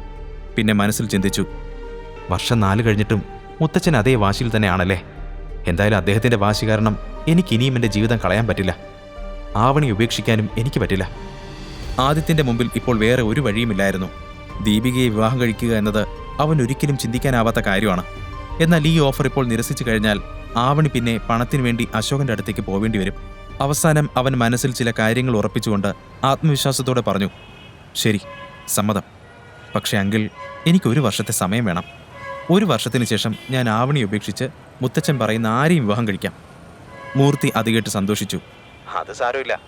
4 വർഷമായി കോലോത്തുള്ളവരൊക്കെ തമ്പുരാൻ മടങ്ങി വരുന്നതും കാത്തിരിക്കുകയാണ്. ഇനി 1 വർഷം കൂടെ കാത്തിരിക്കാൻ ഒരു വിരോധവുമില്ല. എന്തായാലും വലിയ തമ്പുരാൻ ഇത് കേൾക്കുമ്പോൾ വളരെ സന്തോഷമാവും. അദ്ദേഹത്തിന്റെ കൊച്ചുമോൻ തിരിച്ചു വരാൻ പോവുമല്ലേ. ഇത് കേട്ട് ആദിത്യൻ ഒരു ആവശ്യം കൂടി മുന്നോട്ട് വെച്ചു. പിന്നെ ആ 30 ലക്ഷം തരുന്നതിന്റെ കൂടെ ഒരു കാര്യം കൂടെ നിങ്ങൾ എനിക്ക് വേണ്ടി ചെയ്യണം. മീറ്റിയോർ ഗ്രൂപ്പ് എനിക്ക് വേണം. മൂർത്തി അത്ഭുതത്തോടെ ചോദിച്ചു, മീറ്റിയോർ ഗ്രൂപ്പോ? അതെന്തിന്? പക്ഷെ കാരണം പറയാൻ ആദിത്യൻ തയ്യാറായില്ല. അതെല്ലാം ഞാൻ നിങ്ങളോട് പിന്നീട് വിശദീകരിക്കാം. മൂർത്തി പുഞ്ചിരിയോടെ പറഞ്ഞു, ആയിക്കോട്ടെ. ഏതായാലും തമ്പുരാൻ കറക്റ്റ് സമയത്താണ് ഇങ്ങനൊരു ആവശ്യം പറഞ്ഞത്. ഞാനിപ്പോൾ ഈ പറഞ്ഞ മീറ്റിയോർ ഗ്രൂപ്പിന്റെ ഹെഡ് ഓഫീസിന് മുന്നിലാണ് നിൽക്കുന്നത്. ആദിത്യൻ അത്ഭുതത്തോടെ ചോദിച്ചു, മീറ്റിയോർ ഗ്രൂപ്പിന് മുന്നിലോ? അതെ, എനിക്കിവിടെ ചെറിയ ജോലിയുണ്ട്. തമ്പുരാൻ ഇപ്പോൾ തന്നെ ഇങ്ങോട്ട് വരുവാണെങ്കിൽ കമ്പനി ഏറ്റെടുക്കാനുള്ള ഡീലിന്റെ കാര്യങ്ങൾ കൈയോടെ ശരിയാക്കാം. മൂർത്തിയുടെ മറുപടി കേട്ട ആദിത്യന് സന്തോഷം തോന്നി. ഓക്കെ, ഞാൻ കുറച്ച് സമയത്തിനുള്ളിൽ തന്നെ അവിടെ എത്തും. ആദിത്യൻ വേഗം തന്നെ കോൾ കട്ട് ചെയ്തു. മൂർത്തിയുടെ രീതികൾ അവന് നന്നായി അറിയാമായിരുന്നു. അയാളൊരു വാക്ക് പറഞ്ഞാൽ അത് ഉടനെ തന്നെ പാലിക്കുന്നയാളാണ്. ഏത് വലിയ ആളുകൾ പോലും കൃഷ്ണമൂർത്തിയുടെ മുമ്പിൽ നിശബ്ദരായിരിക്കും. 60 വയസ്സ് തികഞ്ഞെങ്കിലും അയാളുടെ എനർജി ഇപ്പോഴും ചെറുപ്പക്കാരെ പോലും തോൽപ്പിക്കുന്നതായിരുന്നു. അതുകൊണ്ട് തന്നെ ആദിത്യന്റെ മുത്തച്ഛൻ അവരുടെ ബിസിനസിന്റെ മുഴുവൻ ഭാരവും അയാളുടെ ചുമലിൽ വെച്ചു. ആദിത്യൻ പിന്നെ സ്റ്റോറിലേക്ക് തിരികെ പോകാൻ വേണ്ടി തിരിഞ്ഞു. അപ്പോഴാണ് അവൻ അകത്തുനിന്ന് ഗീതയുടെ ശബ്ദം കേട്ടത്. ഗീത അപ്പോഴും ആവണിയോട് അശോകിന്റെ അടുത്തേക്ക് പോകാൻ നിർബന്ധിക്കുകയായിരുന്നു. ഗായത്രി ദേവി പറഞ്ഞതിന് ശേഷം ഗീതയും അതുതന്നെ ആവർത്തിച്ചുകൊണ്ടിരിക്കുകയാണ്. അത് കേട്ട ആദിത്യൻ മനസ്സിൽ പറഞ്ഞു, ആദ്യം കയ്യിൽ പണം വരട്ടെ, എങ്കിൽ മാത്രമേ ആവണി അശോകിന്റെ അടുത്തേക്ക് പോകുന്നത് എനിക്ക് തടയാൻ പറ്റൂ. പിന്നെ അവൻ സ്റ്റോറിലേക്ക് കയറാതെ വേഗം തന്നെ അവിടെ നിന്നും ഒരു ഓട്ടോ വിളിച്ച് മീറ്റിയോർ ഗ്രൂപ്പിന്റെ ഓഫീസിലേക്ക് വിട്ടു. ആ വലിയ നീല കെട്ടിടത്തിന്റെ ഗേറ്റിന്റെ പുറത്തു നിന്ന ആദിത്യൻ ചുറ്റും നോക്കി. ഒരു അത്യാഡംബര കാർ തനിക്ക് നേരെ വരുന്നത് അവൻ കണ്ടു. കഴുത്തിൽ കനത്തിൽ ഒരു സ്വർണമാലയും കയ്യിൽ രാജമുദ്രയുള്ള ഒരു വാക്കിംഗ് സ്റ്റിക്കുമൊക്കെയായി ഒരാൾ കാറിൽ നിന്നും ഇറങ്ങി അവന് നേരെ നടന്നു വന്നു. ആദിത്യനെ കണ്ടപ്പോൾ ആ മനുഷ്യൻ കണ്ണട ഊരി മാറ്റി. അയാളുടെ കൺകോണുകൾ നനഞ്ഞിരുന്നു. അയാളെ കണ്ടതും ആദിത്യൻ വികാരഭരിതനായി വിളിച്ചു, മൂർത്തിയെങ്കിൽ? അടുത്ത നിമിഷം തന്നെ ആദിത്യൻ മൂർത്തിയെ കെട്ടിപ്പിടിച്ചു. കഴിഞ്ഞ 4 വർഷമായി മറ്റുള്ളവരുടെ കണ്ണിൽ വളരെ സാധാരണക്കാരനാണെന്ന് കരുതിയിരുന്ന ആദിത്യൻ ആരാണെന്ന് മൂർത്തിക്ക് മാത്രമേ അറിയൂ. മീറ്റിയോർ ഗ്രൂപ്പിനെ പോലെയുള്ള 10 കമ്പനികൾ വരെ കണ്ണിമ വെട്ടുന്ന നേരം കൊണ്ട് വാങ്ങാൻ കഴിയുന്നത്രയും പണത്തിന്റെ ഉടമയായിരുന്നു അവൻ. ആദിത്യൻ വേഗം തന്നെ ചോദിച്ചു, അങ്കിൾ, കമ്പനി വാങ്ങുന്നതിനുള്ള ഫോർമാലിറ്റീസ് ഒക്കെ കഴിഞ്ഞോ? പിന്നല്ലാതെ, കൊച്ചു തമ്പുരാന്റെ കോൾ വന്ന ഉടനെ തന്നെ ഞാൻ എല്ലാ പ്രൊസീജിയേഴ്സും കംപ്ലീറ്റ് ആക്കിയിട്ടുണ്ട്. ഇനി തമ്പുരാനൊന്ന് സൈൻ ചെയ്താൽ മാത്രം മതി. അത് കേട്ട ആദിത്യൻ ഒന്ന് മൂളി. എല്ലാം താൻ വിചാരിച്ചതുപോലെ തന്നെ നടക്കുന്നുണ്ട്. ഓക്കെ, ഇനി എനിക്കൊരു ജോലി കൂടിയുണ്ട്. ഈ കമ്പനിയുടെ ചെയർമാൻ ചന്ദ്രശേഖരന് വൃത്തികെട്ട ഒരു മകനുണ്ട്, അശോക് ചന്ദ്രൻ. ശേഖരന്റെ സമ്മതമില്ലാതെ ഈ കമ്പനിയിൽ ഒരു ഇല പോലും അനങ്ങില്ലെന്ന് ഞാൻ കേട്ടിട്ടുണ്ട്. ആദിത്യൻ പറഞ്ഞതൊക്കെ മൂർത്തിയും ശരിവെച്ചു. ആദിത്യൻ തുടർന്നു, എന്നാലേ ഈ പറഞ്ഞ ചന്ദ്രശേഖരന് ഇനി കുറച്ച് റെസ്റ്റൊക്കെ ആവശ്യമല്ലേ? വെറുതെ എന്തിനാ അയാൾ ഇവിടെ ചുറ്റിത്തിരിയുന്നേ? പോയി റെസ്റ്റ് എടുക്കട്ടെന്നേ. കള്ളച്ചിരിയോടെ ആദിത്യൻ പറയുന്നത് മൂർത്തിയും ചിരിയോടെ കേട്ടു നിന്നു. റെസ്റ്റ് എന്ന് പറയുമ്പോൾ മിനിമം ഒരു സബ് ജയിലിലെങ്കിലും അല്ലാതെ എങ്ങനെയാ ശരിയാവുന്നേ? ആദിത്യൻ ആ പറഞ്ഞതിൽ അവന്റെ ഉദ്ദേശം വ്യക്തമായിരുന്നു. ഇപ്പോൾ ഈ കമ്പനിയുടെ എല്ലാ അധികാരവും തമ്പുരാന്റെ കൈകളിലാണ്. ഇഷ്ടമുള്ളത് ചെയ്യാം. വേണമെങ്കിൽ ചെയർമാൻ സ്ഥാനം ഏറ്റെടുക്കാം. വേണ്ടെങ്കിലേ, ചെയർമാൻ സ്ഥാനം എനിക്ക് വേണ്ട. കമ്പനിയുടെ ഇപ്പോഴത്തെ വൈസ് ചെയർമാൻ ആരാണ്? ആദിത്യന്റെ ചോദ്യം കേട്ട മൂർത്തി ഒന്ന് ആലോചിച്ചുകൊണ്ട് പറഞ്ഞു, അത് വൺ മിസ്റ്റർ ഷാനവാസ്. ഓക്കെ, എന്നാൽ ഇപ്പോൾ തന്നെ ഷാനവാസിനെ വിളിച്ച് ഒരു സന്തോഷ വാർത്ത അറിയിക്കണം. അയാളാണ് ഇനി മീറ്റിയോർ ഗ്രൂപ്പിന്റെ പുതിയ ചെയർമാൻ. അതും പറഞ്ഞ് ആദിത്യൻ കമ്പനിയുടെ അകത്തേക്ക് നടന്നു. മൂർത്തിയും അവന്റെ കൂടെ തന്നെ ഉണ്ടായിരുന്നു. കൃഷ്ണമൂർത്തിയെ കണ്ട ആരും അവരെ തടയാൻ ധൈര്യപ്പെട്ടില്ല. ലിഫ്റ്റിൽ കയറി മുകളിലേക്ക് പോകുമ്പോൾ ആദിത്യന്റെ കണ്ണുകളിൽ ഒരു പ്രത്യേക തെളിച്ചമുണ്ടായിരുന്നു. എന്നാൽ മറുവശത്ത് ആവണിയുടെ ടെൻഷൻ വർദ്ധിച്ചുകൊണ്ടിരുന്നു. അശോകിനോട് സഹായം ചോദിക്കുകയല്ലാതെ അവൾക്ക് വേറെ വഴിയില്ലായിരുന്നു. ആവണിയും വേഗം തന്നെ മീറ്റിയോറിലേക്ക് പോയി. ആദിത്യനും മൂർത്തിയും അപ്പോൾ മുകളിലേക്ക് കയറുകയായിരുന്നു. അവർ ഒരു ക്യാബിനകത്തേക്ക് കടക്കാൻ നിന്നപ്പോൾ 32 വയസ്സ് തോന്നിക്കുന്ന ഒരു സ്ത്രീ അവരെ തടഞ്ഞു. അത് ചന്ദ്രശേഖരന്റെ പേഴ്സണൽ സെക്രട്ടറി ശാലിനിയായിരുന്നു. അവൾക്ക് മൂർത്തിയെ കണ്ട് പരിചയമില്ലായിരുന്നു. അവരെ അവിടെ കണ്ടപ്പോൾ ശാലിനിക്ക് ദേഷ്യം തോന്നി. ആരോട് ചോദിച്ചിട്ടാണ് നിങ്ങൾ രണ്ടുപേരും ഇവിടേക്ക് കയറിയത്? അവൾ അവർ രണ്ടുപേരെയും അടിമുടി നോക്കി. അപ്പോൾ ആദിത്യൻ യാതൊരു കൂസലുമില്ലാതെ പറഞ്ഞു, ഞാൻ ഇവിടുത്തെ ചെയർമാൻ ഷാനവാസിനെ കാണാൻ വന്നതാണ്. അതെ, മിസ്റ്റർ ഷാനവാസ് ഇവിടുത്തെ ചെയർമാനല്ല, വൈസ് ചെയർമാനാണ്. നിങ്ങളെപ്പോലുള്ള സെയിൽസ്മാൻമാരെ അപ്പോയിന്റ്മെന്റ് ഇല്ലാതെ സാറ് കാണില്ല. No, please get out of here, അല്ലെങ്കിൽ എനിക്ക് സെക്യൂരിറ്റിയെ വിളിക്കേണ്ടി വരും. ശാലിനിയുടെ വാക്കുകൾ കേട്ടപ്പോൾ ആദിത്യൻ മൂർത്തിയെ നോക്കി. എന്നാൽ അതേസമയം അവന്റെ ഫോണിലേക്ക് ആവണിയുടെ കോൾ വന്നു.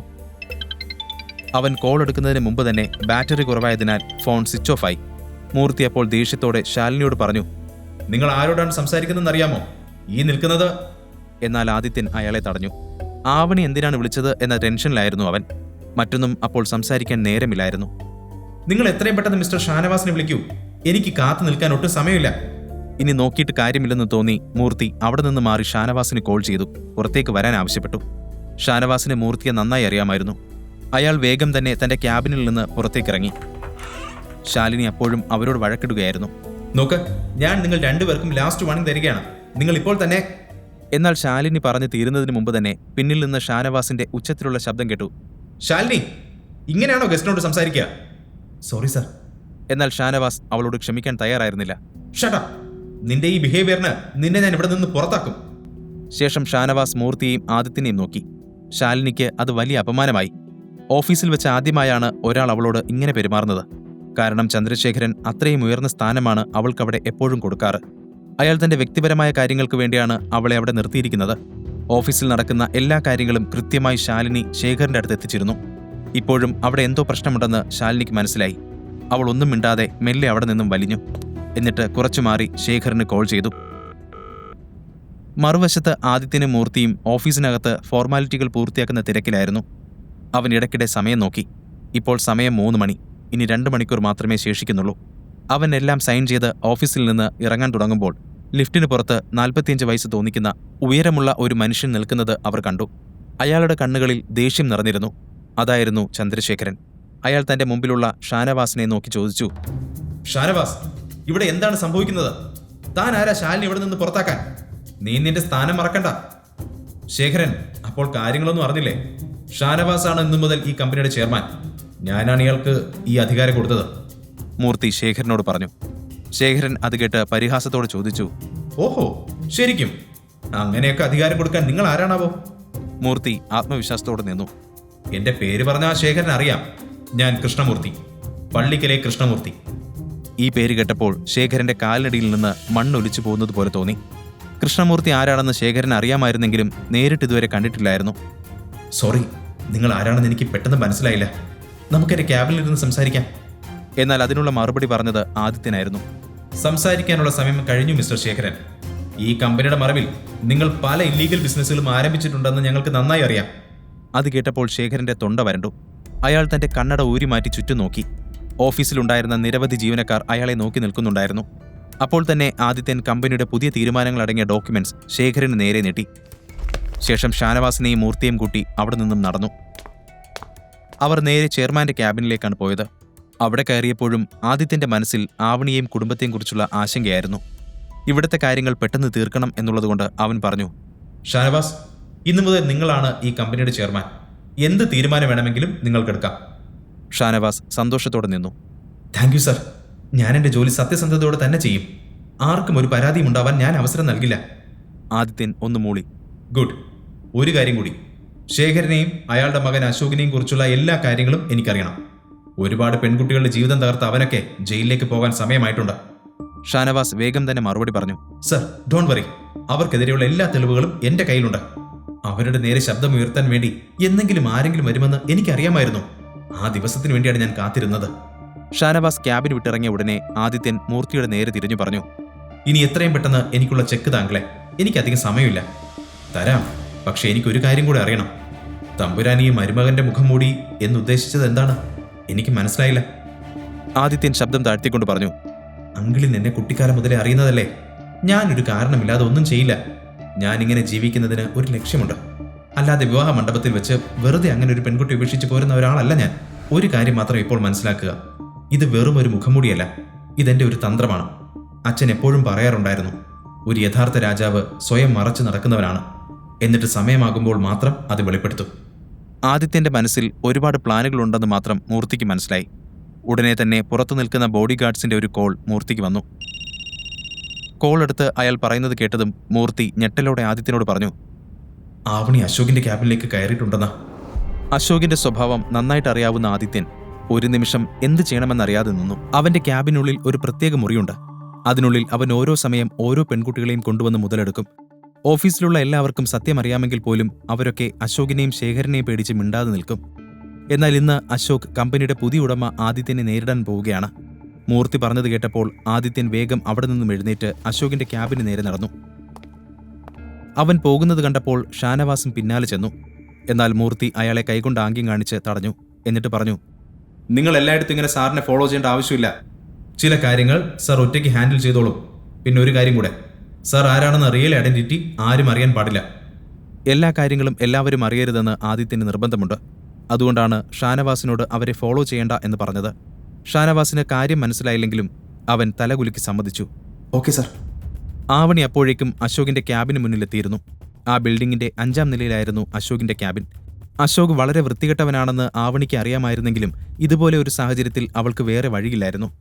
അവന്റെ കയ്യിൽ നിന്ന് പണം വാങ്ങി പെട്ടെന്ന് പോരുക എന്നതായിരുന്നു അവളുടെ തീരുമാനം. ഇതുപോലെ ഒരു ഓഫീസിൽ വെച്ച് അവനൊന്നും ചെയ്യില്ല എന്ന ധൈര്യം ആവണിക്കുണ്ടായിരുന്നു. ആവണി മുകളിലേക്ക് നടന്നു.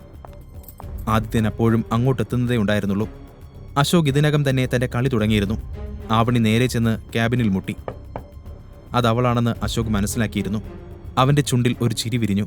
അവൻ ഡ്രസ്സൊക്കെ ശരിയാക്കി ഒന്നുകൂടെ ശരിക്കിരുന്നുകൊണ്ട് പറഞ്ഞു, യെസ്, കമിൻ. ആവണി അകത്തേക്ക് കടന്നതും അവനൊരു വഷളം ചിരി ചിരിച്ചു. ഓ ആവണി, കം സിറ്റ്. താൻ വിളിച്ചിരുന്നല്ലോ അല്ലേ? ഞാനത് വിട്ടുപോയിരുന്നു. അശോക്, അപ്പോൾ ക്യാഷ്? യാ അതെനിക്ക് ഓർമ്മയുണ്ട്. ഞാൻ തരാമെന്ന് പറഞ്ഞതല്ലേ. ആദ്യം ആവണി ഇരിക്കേ. അശോകിന് അവളെ കുറച്ചു സമയം അവിടെ കിട്ടണമായിരുന്നു. ആവണി പേടിയോടെ അവന്റെ അടുത്തേക്ക് നടന്നു. ആവണി അശോകിന്റെ മുന്നിൽ ഒരു മനോഹരമായ സോഫയിൽ ഇരിക്കുമ്പോൾ അവൻ ഒരു ഗ്ലാസ് റെഡ് വൈനുമായി അവന്റെ ചെയറിലിരുന്നു. അവൾ ഫോണിൽ വിളിച്ചപ്പോൾ തന്നെ എല്ലാ കാര്യങ്ങളും അവനോട് വിശദീകരിച്ചിരുന്നു. എങ്കിലും അവിടെ ഇരുന്നപ്പോൾ അവൾ ഒന്നുകൂടെ അവനോട് കാര്യങ്ങളെല്ലാം പറഞ്ഞു. അശോക് ശ്രദ്ധയോടെ അതെല്ലാം കേട്ടു. എന്നിട്ട് അവിടെ നിന്ന് എഴുന്നേറ്റ് അവളുടെ അടുത്തേക്ക് ചെന്നു. അവന്റെ നോട്ടം അവളെ അസ്വസ്ഥയാക്കുന്ന വിധത്തിൽ അവളുടെ ദേഹത്താകെ ഇഴഞ്ഞു. അവൾ തല താഴ്ത്തി നിന്നു. എന്റെ ആവണി, ഇത്രയും വലിയൊരു കാര്യമുണ്ടായിട്ട് താൻ ഇപ്പോഴാണോ എൻ്റെ അടുത്തേക്ക് വരുന്നത്? ആദ്യം തന്നെ എന്നെ വിളിക്കണ്ടേ?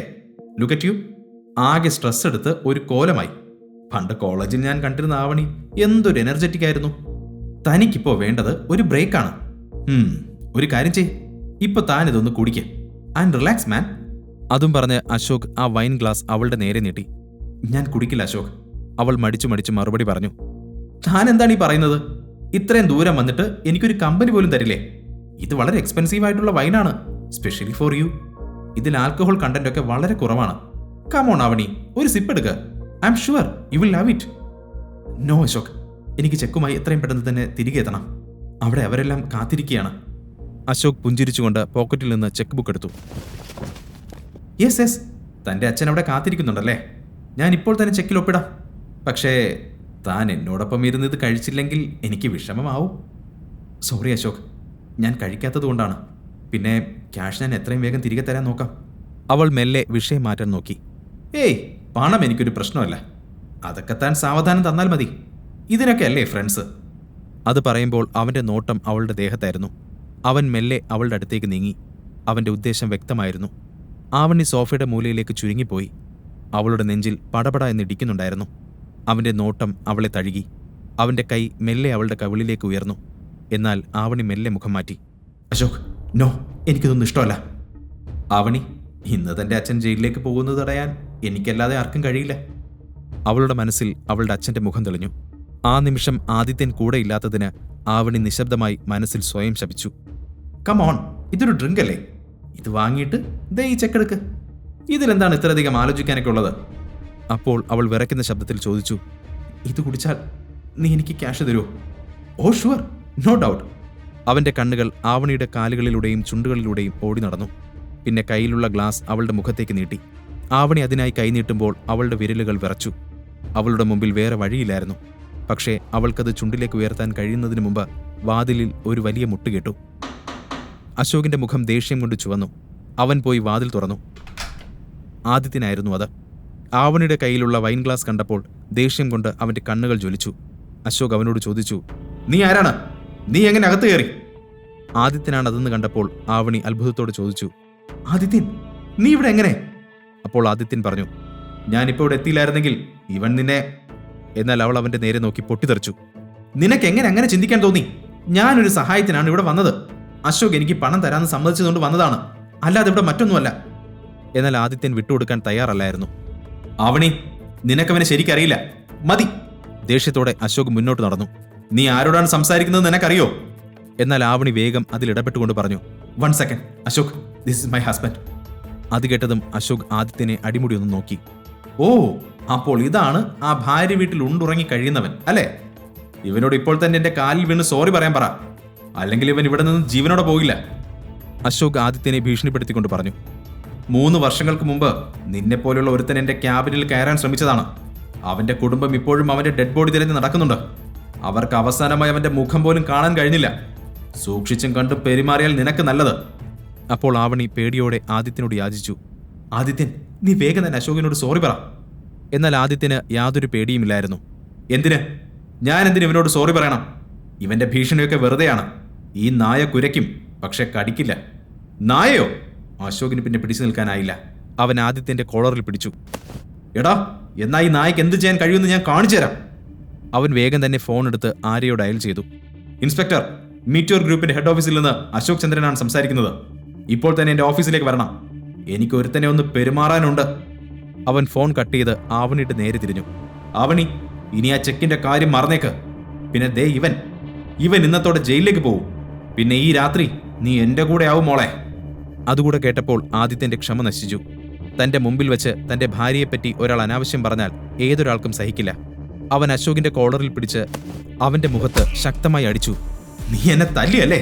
നീ തീർന്നടാ. അശോക് അലറി. പക്ഷേ അവൻ പറഞ്ഞു തീരുന്നതിന് മുമ്പ് വാതിൽ വീണ്ടും തുറന്നു. ചന്ദ്രശേഖർ പോലീസ് ഉദ്യോഗസ്ഥരോടൊപ്പം അകത്തേക്ക് കയറി. അവരെ കണ്ട അശോക് അലറി. അച്ഛാ, ഈ നായ എന്നെ അടിക്കാൻ ശ്രമിച്ചു. പക്ഷെ അപ്പോഴാണ് അശോക് ശേഖരനെ ശരിക്കും നോക്കിയത്. കോൺസ്റ്റബിൾമാർ ശേഖരന്റെ കൈകളിൽ വിലങ്ങിട്ട് പിടിച്ചിരിക്കുന്നു. അത് കണ്ടപ്പോൾ അവന്റെ ശബ്ദമിടറി. എന്താണ് പുറത്ത് സംഭവിച്ചതെന്ന് അവൻ അറിഞ്ഞിട്ടില്ലായിരുന്നു. അവന് കാര്യം മനസ്സിലാകുന്നതിന് മുമ്പ് തന്നെ 2 കോൺസ്റ്റബിൾമാർ കൂടി അവനെ പിടിച്ച് മുട്ടുകുത്തിച്ചു. അശോക് ആകെ അമ്പരന്നു. ഇൻസ്പെക്ടർ, നിങ്ങൾക്ക് ഭ്രാന്താണോ? എന്നെ എന്തിനാണ് അറസ്റ്റ് ചെയ്യുന്നത്? ഞാനല്ലേ നിങ്ങളെ വിളിച്ചത്? അശോക്, ജനങ്ങളുടെ ക്യാഷ് തട്ടിയെടുത്തതിനും അവരെ വഞ്ചിച്ചതിനും നിരപരാധികളായ ഒരുപാട് പെൺകുട്ടികളുടെ ജീവിതം നശിപ്പിച്ചതിനും ഞാൻ നിങ്ങളെയും നിങ്ങളുടെ അച്ഛനെയും അറസ്റ്റ് ചെയ്യുന്നു. ഇൻസ്പെക്ടർ എടുത്തടിച്ചതുപോലെ പറഞ്ഞു. അശോക് ഞെട്ടലോടെ ശേഖരനെ നോക്കി. ശേഖരൻ തല കുനിച്ചു നിന്നു. ആവണി ആകെ അമ്പരന്ന് നിൽക്കുമ്പോൾ ആദിത്യന്റെ കണ്ണുകൾ ആ വൈൻ ഗ്ലാസ്സിലേക്ക് തിരിഞ്ഞു. ഇൻസ്പെക്ടർ, ഞാൻ വന്നപ്പോൾ അശോക് എന്റെ ഭാര്യ ഇത് കുടിക്കാൻ നിർബന്ധിക്കുകയായിരുന്നു. ഇതിൽ ഡ്രഗ്സ് കലർത്തിയിട്ടുണ്ടെന്ന് എനിക്ക് നല്ല ഡൗട്ടുണ്ട്. അതൊന്ന് പരിശോധിക്കണം. ഇൻസ്പെക്ടർ ആ ഗ്ലാസ് വാങ്ങി അതിൽ നിന്ന് കുറച്ച് തന്റെ കർച്ചീഫിൽ ഒഴിച്ചു. ഉടൻ തന്നെ അത് കടും നീലയായി മാറി. താങ്കളുടെ സംശയം ശരിയാണ് ആദിത്യൻ. ഇതിൽ വളരെ അപകടകരമായ ഡ്രഗ്സ് ആഡ് ചെയ്തിട്ടുണ്ടായിരുന്നു. കോൺസ്റ്റബിൾ, ഈ തെളിവെടുത്ത് ഇവരെല്ലാം അറസ്റ്റ് ചെയ്ത് കൊണ്ടുപോകൂ.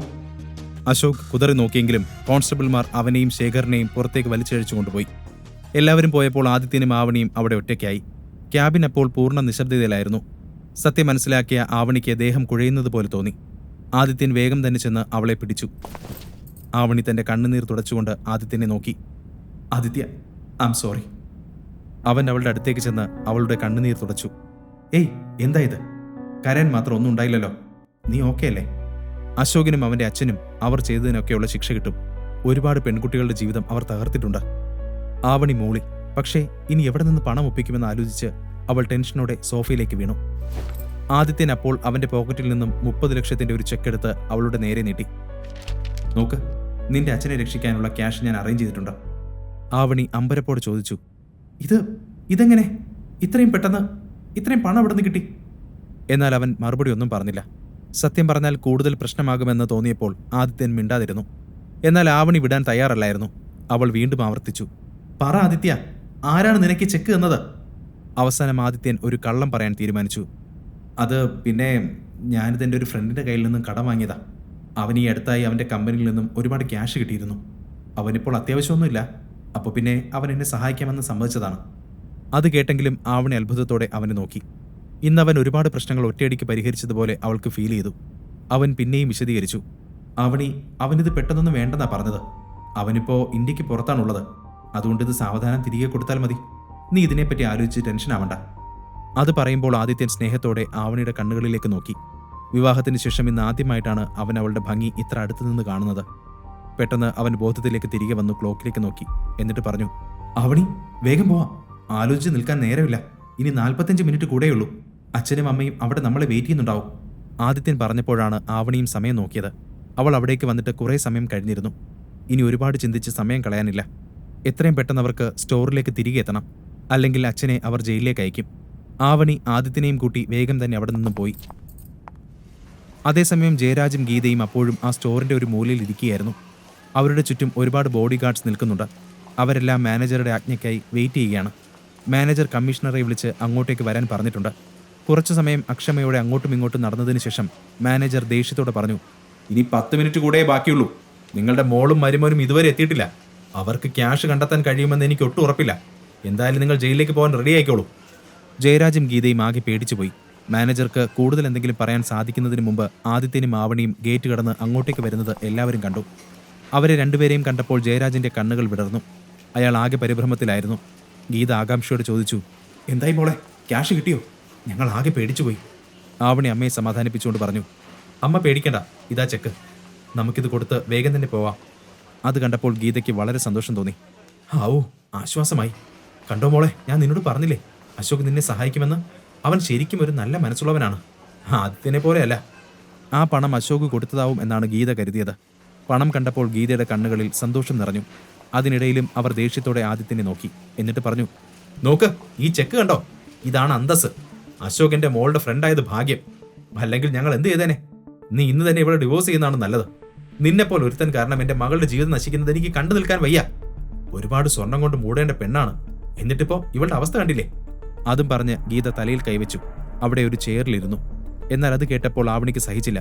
അവൾ ആദിത്യനെ നോക്കി. എന്നിട്ട് അമ്മയോട് വിശദീകരിക്കാൻ ശ്രമിച്ചു. അതങ്ങനെയല്ല അമ്മേ, സത്യത്തിൽ ആദിത്യനാണ്. എന്നാൽ ഗീത അവളെ പറഞ്ഞു മുഴുവിപ്പിക്കാൻ സമ്മതിച്ചില്ല. ആവണി മിണ്ടാതിരിക്കുന്നതാ നിനക്ക് നല്ലത്. ഈ ഇടയെ നിനക്കിപ്പോ നല്ലതും ചീത്തയും ഒന്നും തിരിച്ചറിയാതായിട്ടുണ്ട്. നിന്റെ സാരി തുമ്പിൽ കെട്ടിയിട്ട പോലെ നടക്കുന്ന ഇവനെ കൊണ്ട് എന്തിനു കൊള്ളാം? നീ എന്താ ഇപ്പോഴും ഇവനെ ഒഴിവാക്കാത്തത്? പുറത്ത് അലഞ്ഞു തിരിഞ്ഞ് നടക്കുന്ന പൂച്ചകൾ ഇടയ്ക്ക് വീട്ടിൽ വന്ന് താമസിക്കില്ലേ? ഒരു കാലം കഴിയുമ്പോൾ അവ തനിയെ തിരിച്ചു പോകും. അതുപോലെ കരുതിയാൽ മതി ഇതും. ഗീത പരിസരബോധമില്ലാതെ സംസാരിക്കുന്നത് കേട്ടപ്പോൾ അവിടെയുണ്ടായിരുന്ന മാനേജറും ബോഡി ഗാർഡ്സും പരസ്പരം നോക്കി. എന്നാൽ എല്ലാവരും അത് കേൾക്കുന്നുണ്ട് എന്ന ഭാവമൊന്നും ഗീതയ്ക്കില്ലായിരുന്നു. എന്നാൽ അശോകിന്റെ കാര്യം പറയുമ്പോഴെല്ലാം ആവണിക്ക് അവനിന്ന് ചെയ്ത പ്രവൃത്തിയാണ് ഓർമ്മ വന്നത്. അമ്മ ഇനി ഒരിക്കലും അവനെ ന്യായീകരിക്കരുത് എന്നുള്ളതുകൊണ്ട് ആവണി വാശിയോടെ അപ്പോൾ തന്നെ പറഞ്ഞു, അമ്മേ, ഞാൻ പറയുന്നൊന്ന് കേൾക്ക്. ഈ ക്യാഷ് എനിക്ക് തന്നത് അശോകല്ല, ആദിത്യനാണ്. അവൻ്റെ ഒരു ഫ്രണ്ട് കൊടുത്തതാണ്. ആവണിയുടെ വാക്കുകൾ എല്ലാവരെയും ഞെട്ടിച്ചു. ഗീതയും ജയരാജും അത്ഭുതത്തോടെ ആദിത്യനെ നോക്കി. ഗീത സംശയത്തോടെ നിന്നു. പിന്നെ അവനെ പരിഹസിച്ചു. ഓ, ശരിക്കും ഒരു ഫ്രണ്ട് എന്നാണോ? അതോ നീ എന്തെങ്കിലും തട്ടിപ്പ് നടത്തിയതാണോ? ഞാനും ഒന്ന് നോക്കട്ടെ നിന്റെ ഏത് ഫ്രണ്ടാണ് നിനക്ക് ഈ 30 ലക്ഷമൊക്കെ തന്നതെന്ന്. നീ അവനെ ഒന്ന് വിളിച്ചേ, എനിക്ക് ഈ പറഞ്ഞ ഫ്രണ്ടിനോടൊന്ന് സംസാരിക്കണം. ഇത് കേട്ടപ്പോൾ ആദിത്യൻ പരിഭ്രാന്തിയോടെ ചുറ്റും നോക്കാൻ തുടങ്ങി. ഇനി അവരോട് എന്ത് കള്ളം പറയുമെന്നാണ് ആദിത്യൻ ആലോചിച്ചത്. അതേസമയം ഗീതയുടെ സംശയകരമായ നോട്ടം അവനിൽ തന്നെ ഉറച്ചു നിന്നു. നീ എന്തിനാണ് ഈ നോക്കുന്നത്? കോൾ ചെയ്യുന്നില്ലേ? അമ്മേ, അവൻ ഇവിടെയല്ല താമസിക്കുന്നത്. ബിസിനസ് ആവശ്യത്തിനായി അവൻ പുറത്താണ്. അവൻ്റെ സെക്രട്ടറിയാണ് എനിക്ക് ചെക്ക് തന്നത്. ആദിത്യൻ മടിച്ചു മറുപടി പറഞ്ഞു. ആദിത്യൻ പിന്നെ കൂടുതൽ എന്തെങ്കിലും പറയുന്നതിന് മുമ്പ് സ്റ്റോർ മാനേജർ അവരുടെ അടുത്തേക്ക് വന്നു. അവർ കുറേ സമയമായി അവിടെ ഇരുന്ന് പരസ്പരം തർക്കിക്കുന്നത് അയാൾ കാണുന്നുണ്ട്. അയാൾക്ക് അവരെ അവിടെ നിന്ന് പറഞ്ഞയക്കണമായിരുന്നു. മാനേജർ പറഞ്ഞു, അവിടെ നടന്നതും പിന്നീട് മണിക്കൂറുകളായി അവിടെ നടക്കുന്ന തർക്കങ്ങളുമെല്ലാം സ്റ്റോറിൻ്റെ റെപ്യൂട്ടേഷനെ ബാധിക്കുമെന്ന് അയാൾ ഭയപ്പെട്ടു. എക്സ്ക്യൂസ് മീ, നിങ്ങളുടെ കുടുംബ നാടകമൊക്കെ സ്വന്തം വീട്ടിൽ ചെന്നിട്ട് മതി. എനിക്കിപ്പോൾ തന്നെ എൻ്റെ ക്യാഷ് കിട്ടണം. ഓക്കെ, ഇതാ നിങ്ങളുടെ ക്യാഷ്. അത് കേട്ട് ആവണി ആ ചെക്ക് എടുത്ത് മാനേജർക്ക് കൊടുത്തുകൊണ്ട് പറഞ്ഞു. അയാൾ അതും വാങ്ങി അവിടേക്ക് വരുന്ന മറ്റ് കസ്റ്റമേഴ്സിനരികിലേക്ക് പോയി. അയാളുടെ കൂടെ ഉണ്ടായിരുന്ന ഗാർഡുകളും സ്റ്റോറിൻ്റെ മറുവശത്തേക്ക് പോയി. പക്ഷെ ഗീതയുടെ സംശയം ഇപ്പോഴും ആദിത്യനെ ചുറ്റിപ്പറ്റിയായിരുന്നു. അത് മനസ്സിലാക്കിയെന്ന വണ്ണം ആവണി മുന്നോട്ട് വന്ന് പറഞ്ഞു. അമ്മേ, അശോക് പണം തരണമെങ്കിൽ അവനോടൊപ്പം ഡ്രിങ്ക്സ് കഴിക്കണമെന്ന് പറഞ്ഞ് എന്നെ നിർബന്ധിച്ചു. അവൻ ഇങ്ങനെ മുമ്പ് പല പെൺകുട്ടികളോടും ചെയ്തിട്ടുണ്ട്. അതുകൊണ്ടൊക്കെ തന്നെയാ ഇപ്പോൾ ജയിലിൽ പോവേണ്ട ഗതി വന്നത്. അവൻ ചെയ്തതിനൊക്കെയുള്ള ശിക്ഷ അവന് കിട്ടണം. ആദിത്യൻ ഇന്ന് കൃത്യസമയത്ത് എത്തിയില്ലായിരുന്നുവെങ്കിൽ ഒരുപക്ഷെ അശോക് എന്നെ മിസ്യൂസ് ചെയ്തേനെ. ഇത് കേട്ട് ഗീത അത്ഭുതത്തോടെ ആദിത്യനെ നോക്കി. അവർക്ക് അപ്പോഴും തന്റെ കാതുകളെ വിശ്വസിക്കാൻ കഴിഞ്ഞില്ല. പെട്ടെന്ന് ജയരാജ് ആശങ്കയോടെ ചോദിച്ചു, മോളെ, നിനക്കൊന്നും പറ്റില്ലല്ലോ അല്ലേ? ഇല്ലച്ചാ, എനിക്ക് കുഴപ്പമൊന്നുമില്ല. ആവണി ആശ്വാസത്തോടെ മറുപടി പറഞ്ഞു. ജയരാജിന് അത് കേട്ടപ്പോൾ വളരെ ആശ്വാസം തോന്നി. ഇപ്പോൾ അതാണ് ഏറ്റവും പ്രധാനപ്പെട്ട കാര്യം. ആദിത്യൻ എവിടെ നിന്നാണ് ഈ ക്യാഷ് കിട്ടിയതെന്നൊന്നും ഇപ്പോൾ ആലോചിക്കേണ്ട കാര്യമില്ല. അവനത് കൊണ്ടുവന്നല്ലോ, അത് തന്നെ വലിയ കാര്യം. ജീവിതത്തിൽ ഇത് ആദ്യമായാണ് അവൻ നമുക്ക് ഗുണമുള്ള എന്തെങ്കിലും ചെയ്യുന്നത്. അയാൾ എല്ലാം ഒന്ന് ഒതുങ്ങി തീർന്ന ആശ്വാസത്തിൽ പറഞ്ഞു. ഉടനെ ഗീത അയാൾക്ക് നേരെ ചാടി. ഇവൻ എന്ത് നല്ല കാര്യം ചെയ്തെന്നായി പറയുന്നേ? ആരിൽ നിന്നാണ് ഈ പണം കടം വാങ്ങിയതെന്ന് ആർക്കറിയാം? ഇപ്പോൾ തന്നെ ഇവനിത് തിരികെ നൽകേണ്ടി വരും. കടം തീർക്കാൻ ഇവിടെ കുറെ പണം കുന്നുകൂട്ടി വെച്ചതുപോലെയാ അവൻ ഇപ്പോൾ ആരോടൊക്കെയോ ഇരുന്ന് പണം കൊണ്ട് വന്നേക്കുന്നത്. ഗീതയുടെ പ്രകടനം അതിരുകടക്കുന്നുണ്ടെന്ന് ഉത്തമ ബോധ്യമുള്ള ആവണി ചുറ്റും നോക്കി. അവിടെ നിൽക്കുന്ന എല്ലാവരുടെയും ശ്രദ്ധ അങ്ങോട്ടേക്ക് തന്നെയായിരുന്നു. അമ്മേ, നമുക്ക് വീട്ടിൽ പോയി സംസാരിക്കാം. ദേ കണ്ടോ, എല്ലാവരും നമ്മളെ തന്നെയാ നോക്കുന്നത്. അപ്പോഴാണ് ഗീതയ്ക്കും സ്ഥലകാല ബോധം വന്നത്. പിന്നെ അധികം സമയമെടുക്കാതെ എല്ലാവരും വീട്ടിലേക്ക് ഇറങ്ങി. അവർ വീട്ടിലെത്തിയപ്പോഴേക്കും വൈകുന്നേരമായിരുന്നു. ആദിത്യൻ ഫോണിൽ എന്തോ നോക്കുകയായിരുന്നു. ആദിത്യനെ അപമാനിക്കാൻ കിട്ടുന്ന ഒരവസരവും ഗീത നഷ്ടപ്പെടുത്താറില്ല. അവർ ദേഷ്യത്തോടെ പറഞ്ഞു, ആഹാ, കൊള്ളാലോ, സാറ് വന്നിട്ട് വെറുതെ നിൽക്കുകയാണോ? പോയി എനിക്കൊരു ചായ ഇട്ടോണ്ട് വാ. ഓരോരോ പൊല്ലാപ്പ് കാരണം ടെൻഷൻ അടിച്ച് മനുഷ്യന്റെ തല വെട്ടി പൊളിയുക. ആദിത്യൻ അത് കേട്ട് തല കുലുക്കി. ശരിയമ്മേ. അപ്പോൾ ഗീത പരിഹാസത്തോടെ കൂട്ടിച്ചേർത്തു, ആ പിന്നെ ഒരു കാര്യം കൂടെ, ചായയിൽ പാലും പഞ്ചസാരയൊക്കെ ശ്രദ്ധിച്ചിട്ടാ മതി. നിന്റെ കുടുംബത്തിൽ നിന്ന് കൊണ്ടുവന്നതൊന്നും അല്ല അത്. ഇത് കേട്ടപ്പോൾ ആദിത്യൻ അറിയാതെ ചിരിച്ചുപോയി. കാരണം ആവണിയുടെ മുത്തച്ഛനായ ബാലകൃഷ്ണപിള്ളയ്ക്ക് ബിസിനസ് ആരംഭിക്കാൻ പണം നൽകിയത് ആദിത്യന്റെ മുത്തച്ഛനായിരുന്നു. ഒരു കാലത്ത് ബാലകൃഷ്ണപിള്ളയുടെ പൂർവികർ പള്ളിക്കൽ കുടുംബത്തെ സേവിച്ചിരുന്നവരാണ്. അവന്റെ മുഖത്ത് അറിയാതെ വിരിഞ്ഞ കള്ളച്ചിരി കണ്ട് ഗീത ദേഷ്യത്തോടെ ചോദിച്ചു, എന്തിനാ ചിരിക്കുന്നത്? ഇത്തവണ ചായ നല്ലതല്ലെങ്കിൽ അത് പിന്നെ കപ്പിലല്ല ഉണ്ടാവുക, നിന്റെ മുഖത്തായിരിക്കും. എന്നാൽ ആദിത്യൻ അതിനോട് പ്രതികരിക്കാൻ നിന്നില്ല. അവൻ തല കുലുക്കിക്കൊണ്ട് അടുക്കളയിലേക്ക് പോയി. ആദിത്യൻ പോയപ്പോൾ ഗീത പിന്നെ ജയരാജനും ആവണിക്ക് നേരെ തിരിഞ്ഞ് ഉറച്ച ശബ്ദത്തിൽ പറഞ്ഞു, തൽക്കാലം അവിടെ ആ ചെക്ക് കൊടുത്തെന്ന് കരുതി ആ പണം ഇനി തിരികെ കൊടുക്കാൻ നമ്മൾ എന്ത് ചെയ്യും? ആദിത്യൻ എവിടെ നിന്ന് കൊണ്ടുവന്നതായാലും നമ്മൾ തന്നെ ആ കടം വീട്ടണ്ടേ? ഇപ്പോൾ അത് നമ്മുടെ കഴുത്തിൽ തൂങ്ങിക്കിടക്കുന്ന ഒരു കുരുക്ക് പോലെയാണ്. ഇത് കേട്ടപ്പോൾ ആവണി തന്റെ സേവിങ്സിനെ കുറിച്ച് ചിന്തിക്കാൻ തുടങ്ങി. കാരണം ആദിത്യൻ വാങ്ങിയ പണം എത്രയും വേഗം തിരികെ നൽകേണ്ടി വരും. പക്ഷെ എന്തു ചെയ്യും? അപ്പോഴേക്കും ആദിത്യൻ പതിവ് പോലെ ഡിന്നറിനെ പറ്റി ചോദിക്കാൻ വന്നു. കാരണം ഗീതയ്ക്കും ജയരാജനും വീട്ടിൽ പലപ്പോഴും വ്യത്യസ്ത ടേസ്റ്റുകളാണ്. വരും വഴി അവൻ ആവണി സംസാരിക്കുന്നത് കേട്ടു. അമ്മേ, എന്റെ സേവിങ്സിലുള്ളതൊക്കെ നമുക്കിപ്പോൾ തന്നെ ആദിത്യന്റെ ഫ്രണ്ടിന് കൊടുക്കാം. ബാക്കി ഞാൻ പതിയെ കൊടുത്തോളാം. ഗീത ഒന്ന് മൂളി. ആദ്യം അവന്റെ ആ ഫ്രണ്ടിന് ബാക്കി ക്യാഷ് പിന്നെ കൊടുത്താൽ മതിയൊന്ന് ചോദിക്കേ. കാരണം കൂടി വന്നാൽ ഒരു 5 ലക്ഷമൊക്കെ അല്ലേ നിന്റെ കയ്യിൽ ഇപ്പോൾ കാണൂ. എന്റെ പേടി അയാൾ അതൊന്നും പറ്റില്ല എന്ന് പറയുമോ എന്നാണ്. അപ്പോഴേക്കും ആദിത്യൻ അങ്ങോട്ട് ചെന്ന് പറഞ്ഞു, അമ്മേ, അതിനെപ്പറ്റി ചിന്തിച്ച് വിഷമിക്കേണ്ട, അത് പിന്നെ കൊടുത്താൽ മതി. അത് കേട്ടപ്പോൾ ഗീതയ്ക്ക് ഒരിത്തിരി ആശ്വാസമായി. അങ്ങനെയാണെങ്കിൽ നമുക്കത് പിന്നീട് കൊടുക്കാം. എന്നാൽ ആവണിക്ക് അതത്ര ശരിയായി തോന്നിയില്ല. കടം വാങ്ങിയാൽ അത് പറ്റുന്ന പോലെ വേഗം തിരിച്ചു കൊടുക്കണം എന്നതാണ് അവളുടെ പോളിസി. ഇപ്പോൾ കുറച്ചെങ്കിലും കൊടുത്താൽ അത്രയും ഭാരം കുറയും എന്നാണ് ആവണി ആലോചിച്ചത്. അവൾ പറഞ്ഞു, അതൊക്കെ ശരിയായിരിക്കും, പക്ഷെ അമ്മേ, ഇപ്പോൾ ആദ്യത്തിന് എന്റെ കയ്യിലുള്ള ആ 5 ലക്ഷം രൂപ കൊടുത്തേക്ക്. മനസ്സില്ലാ മനസ്സോടെ ഗീത അതിന് സമ്മതിച്ചു. അതെ, അതങ്ങ് കൊടുക്കുന്നത് തന്നെയാ നല്ലത്. നിന്റെ ഒന്നിനും കൊള്ളാത്ത ഭർത്താവിനെ പോലെ ആർക്കും ഒരു ഭാരമാകാൻ ഞാൻ ആഗ്രഹിക്കുന്നില്ല. അവർ ആവണിയോട് പിറുപിറുത്തു. ആവണി ഒന്ന് മൂളിക്കൊണ്ട് ആദിത്യന് നേരെ തിരിഞ്ഞു. ആദിത്യ, നീ പണം ആ ഫ്രണ്ടിന് നൽകുമ്പോൾ എന്റെ സ്പെഷ്യൽ താങ്ക്സ് പറയണം. അയാൾ നമുക്ക് അത്ര വലിയൊരു സഹായമാണ് ചെയ്തത്. ആദിത്യൻ തലയാട്ടി. ആ പണം ഇപ്പോൾ വേണ്ട എന്ന് താൻ വീണ്ടും വീണ്ടും പറഞ്ഞാൽ അവർക്ക് സംശയം തോന്നുമെന്ന് അവൻ അറിയാമായിരുന്നു. ശേഷം അവൻ ഡിന്നറിന് കഴിക്കാൻ എന്താണ് വേണ്ടതെന്ന് എല്ലാവരോടും ചോദിച്ച് നേരെ കിച്ചണിലേക്ക് പോയി. 4 വർഷമായി അവനിത് ശീലമായിരുന്നു. ആ വീട്ടിലെ എല്ലാ ജോലികളും ചെയ്യാൻ അവനൊട്ടും മടിയില്ലായിരുന്നു. കുറച്ചു സമയത്തിനകം എല്ലാവരും ഭക്ഷണം കഴിച്ച് അവരവരുടെ മുറികളിലേക്ക് പോയി. ആദിത്യൻ ബാക്കി പണികളെല്ലാം ചെയ്ത് കിച്ചണിൽ തന്നെ നിന്നു. അവൻ ഓരോ ചിന്തയിൽ നിൽക്കുമ്പോൾ പെട്ടെന്ന് ആവണിയുടെ രൂപം അവന്റെ മനസ്സിലേക്ക് വന്നു. ഇന്നാദ്യമായി അവളുടെ കണ്ണിൽ അവനോടുള്ള ബഹുമാനം അവൻ കണ്ടു. ആ ബഹുമാനം മെല്ലെ അവനോടുള്ള ഒരു ഇഷ്ടത്തിലേക്ക് മാറുമെന്ന് അവൻ പ്രതീക്ഷിച്ചു. അതിനെപ്പറ്റി ആലോചിച്ചപ്പോൾ അവന്റെ ചുണ്ടിൽ അറിയാതെ ഒരു ചിരി വിരിഞ്ഞു. അതിനിടയിൽ അവന്റെ പോക്കറ്റിൽ കിടന്ന ഫോൺ റിങ് ചെയ്തു. അവനതെടുത്ത് നോക്കിയപ്പോൾ ഷാനവാസ് ആയിരുന്നു. ആദിത്യൻ കോൾ അറ്റൻഡ് ചെയ്തു. ഉടനെ അപ്പുറത്ത് നിന്നും സംസാരം കേട്ടു. Hello sir, sorry for disturbing you. Appointment എഗ്രിമെന്റിൽ സാറിന്റെ ഒരു സൈൻ വേണമായിരുന്നു. സാർ നാളെ എപ്പോഴാണ് ഫ്രീ ആവുക? ആദിത്യൻ ചുറ്റും നോക്കിക്കൊണ്ട് പറഞ്ഞു, ഞാൻ നാളെ ഓഫീസിലേക്ക് എത്തിക്കോളാം. Okay sir, good night. ശേഷം ആദിത്യൻ ഫോൺ കോൾ കട്ട് ചെയ്തു. എന്നിട്ട് മുറിയിലേക്ക് പോകാൻ വേണ്ടി തിരിഞ്ഞപ്പോൾ ആവണി അവനെയും നോക്കി അവിടെ നിൽക്കുന്നത് കണ്ടു. അവൾ സംശയത്തോടെ അവനെ നോക്കി. നീ ഈ സമയത്ത് ആരോടാണ് ഫോണിൽ സംസാരിക്കുന്നത്? പതിവില്ലാത്തൊരു പരിപാടി. ആദിത്യൻ പെട്ടെന്ന് തന്നെ മറുപടി പറഞ്ഞു. അതൊന്നുമില്ല ആവണി. ഇപ്പോൾ കുറച്ച് ദിവസമായി ഏത് നേരവും ക്രെഡിറ്റ് കാർഡ് കമ്പനികളുടെ കോൾ വരുന്നുണ്ട്. ഇവന്മാർക്കിത് നേരവും കാലവും ഒന്നുമില്ല. അത് കേട്ടതും ആവണി ഒന്നും മൂളി. പിന്നെ ഒന്നും മിണ്ടാതെ അവളുടെ മുറിയിലേക്ക് ഉറങ്ങാൻ വേണ്ടി പോയി. അവൾ പോയതും ആദിത്യൻ ഒരു ദീർഘനിശ്വാസം എടുത്തു. എന്നിട്ട് നെറ്റിയിലെ വിയർപ്പ് തുടച്ചു കളഞ്ഞു. പിന്നെ വേഗം തന്നെ അവന്റെ മുറിയിലേക്ക് പോയി. പിറ്റേ ദിവസം രാവിലെ ആദിത്യൻ വീട്ടിലെ കാര്യങ്ങളെല്ലാം തീർത്ത് മീറ്റിയോറിന്റെ ഓഫീസിലേക്ക് പോയി. മാർക്കറ്റിൽ സാധനം വാങ്ങാൻ പോവുകയാണെന്നാണ് ആവണിയോട് പറഞ്ഞത്. അപ്പോൾ പിന്നെ വേഗം തന്നെ വീട്ടിലേക്ക് തിരിച്ചു വരേണ്ടി വരും. എങ്കിലും അവന് ഇവിടെ വേറെ ഫ്രണ്ട്സ് ഒന്നുമില്ല എന്ന് ആവണിക്ക് അറിയാവുന്നതുകൊണ്ട് വേറെ കള്ളമൊന്നും പറയാൻ പറ്റില്ല. ആദിത്യൻ ഓഫീസിലേക്ക് എത്തുന്നതിന് കുറച്ചു മുൻപായി ഷാനവാസിന്റെ കോൾ വീണ്ടും വന്നു. Good morning sir. ഞാൻ ഓഫീസിലെ എല്ലാ സീനിയർ എക്സിക്യൂട്ടീവ്സിനോടും വിവരം അറിയിച്ചിട്ടുണ്ട്. അവരെല്ലാം മീറ്റിംഗിന് തയ്യാറായി ഇവിടെ എത്തിയിട്ടുണ്ട് സർ. സാർ എപ്പോഴാണ് വരിക? എല്ലാവരും സാറിനെ കാണാൻ വേണ്ടി ആകാംക്ഷയിലാണ്. എന്നാൽ ആദിത്യൻ ഉടനെ തന്നെ മറുപടി പറഞ്ഞു. മിസ്റ്റർ ഷാനവാസ്, ഒരു മീറ്റിംഗ് ഷെഡ്യൂൾ ചെയ്യുന്നതിന് മുമ്പ് നിങ്ങൾ എന്തുകൊണ്ടാണ് എന്നോട് ചോദിക്കാതിരുന്നത്? എന്റെ റിയൽ ഐഡന്റിറ്റി ഇപ്പോൾ ആരും അറിയുന്നത് എനിക്ക് ഇഷ്ടമല്ല. So please cancel the meeting. Shanavas അത് കേട്ട് ആകെ പേടിച്ചു. സോറി സർ, ഞാൻ ഇപ്പോൾ തന്നെ മീറ്റിംഗ് ക്യാൻസൽ ചെയ്തോളാം. സാറിനെ പറ്റി ആരും ഒന്നും അറിയില്ല. ഓക്കെ, എനിക്ക് നിങ്ങളോട് മാത്രമായി കുറച്ച് കാര്യങ്ങൾ സംസാരിക്കാനുണ്ട്. അത് കഴിഞ്ഞ് ഞാൻ വേഗം തന്നെ പോകും. അതും പറഞ്ഞ് ആദിത്യൻ കോൾ കട്ട് ചെയ്തു. കുറച്ചു സമയത്തിനകം അവൻ ഓഫീസിലെത്തി. തിരക്കിട്ട് ഓഫീസിനകത്തേക്ക് നടക്കുന്നതിനിടയിലാണ് മുമ്പിൽ നിൽക്കുന്ന ഒരു കപ്പിളിനെ ആദിത്യൻ ശ്രദ്ധിച്ചത്. ആ പയ്യൻ ഒരു ബ്ലാക്ക് സ്യൂട്ടാണ് ധരിച്ചിരിക്കുന്നത്. പെൺകുട്ടിയാണെങ്കിലും വളരെ വില കൂടിയ വസ്ത്രമാണ് ഇട്ടിരിക്കുന്നത്. അവരെ കണ്ടാൽ തന്നെ വളരെ സമ്പന്ന കുടുംബങ്ങളിൽ നിന്ന് വന്നതുപോലെ ഉണ്ടായിരുന്നു. അതാരാണെന്ന് മനസ്സിലായെങ്കിലും ആദിത്യൻ അവരെ ശ്രദ്ധിക്കാത്തതുപോലെ മുന്നോട്ട് നടന്നു. എന്നാൽ ആ പെൺകുട്ടി അവനെ വിടാൻ തയ്യാറായിരുന്നില്ല. അവൾ പരിഹാസത്തോടെ അവനോട് പറഞ്ഞു, ഓ, അളിയൻ ഇവിടെയോ? വഴിതെറ്റിയെങ്ങാനും വന്നതാണോ?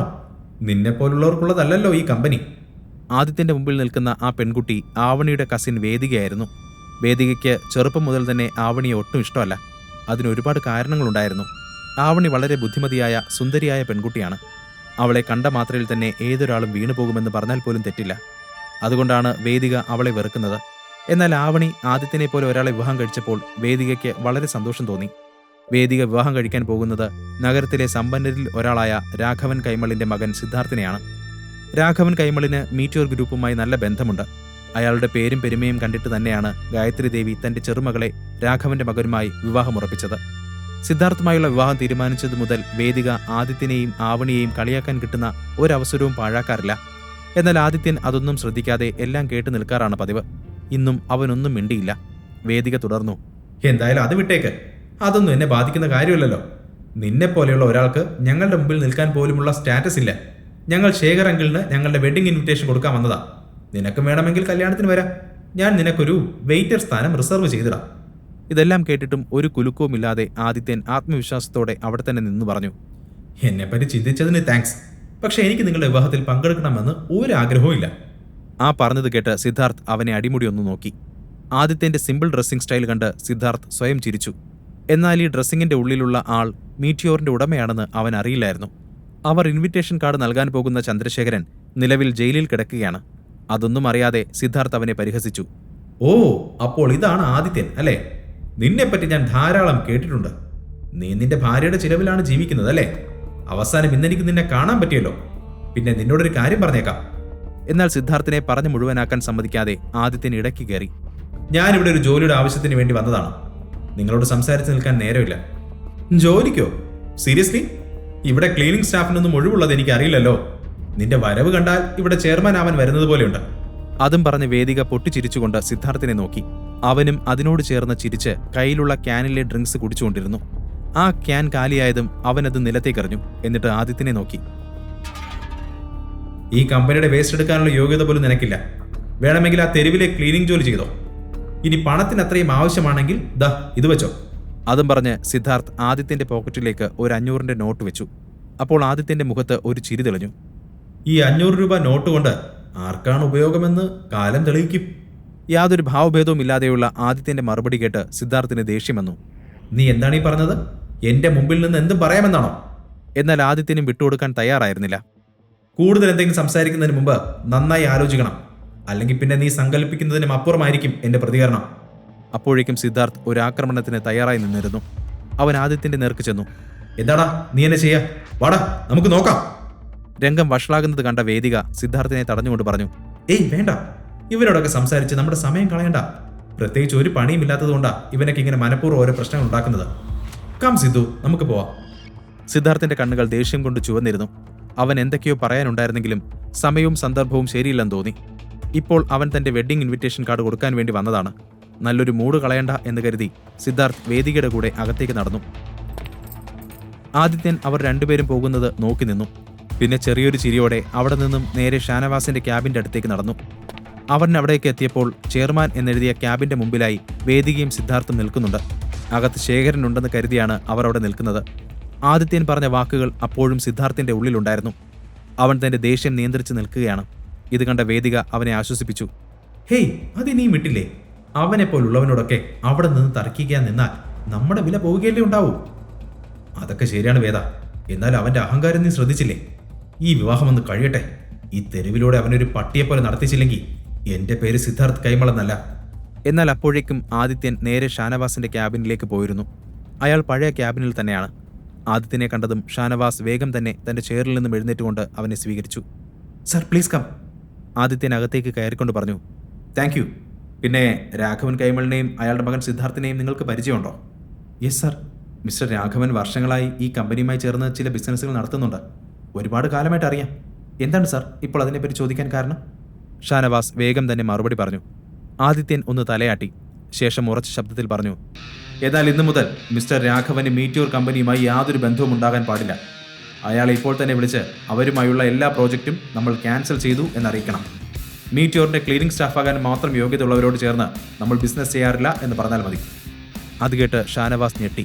ആദിത്യൻ ഒട്ടും ആലോചിക്കാതെ ഒന്നും പറയില്ലെന്ന് ഷാനവാസിനറിയാം. രാഘവൻ കൈമളുമായുള്ള എല്ലാ ബിസിനസ്സും നിർത്തണമെന്നാണ് ആദിത്യൻ ഇപ്പോൾ പറയുന്നത്.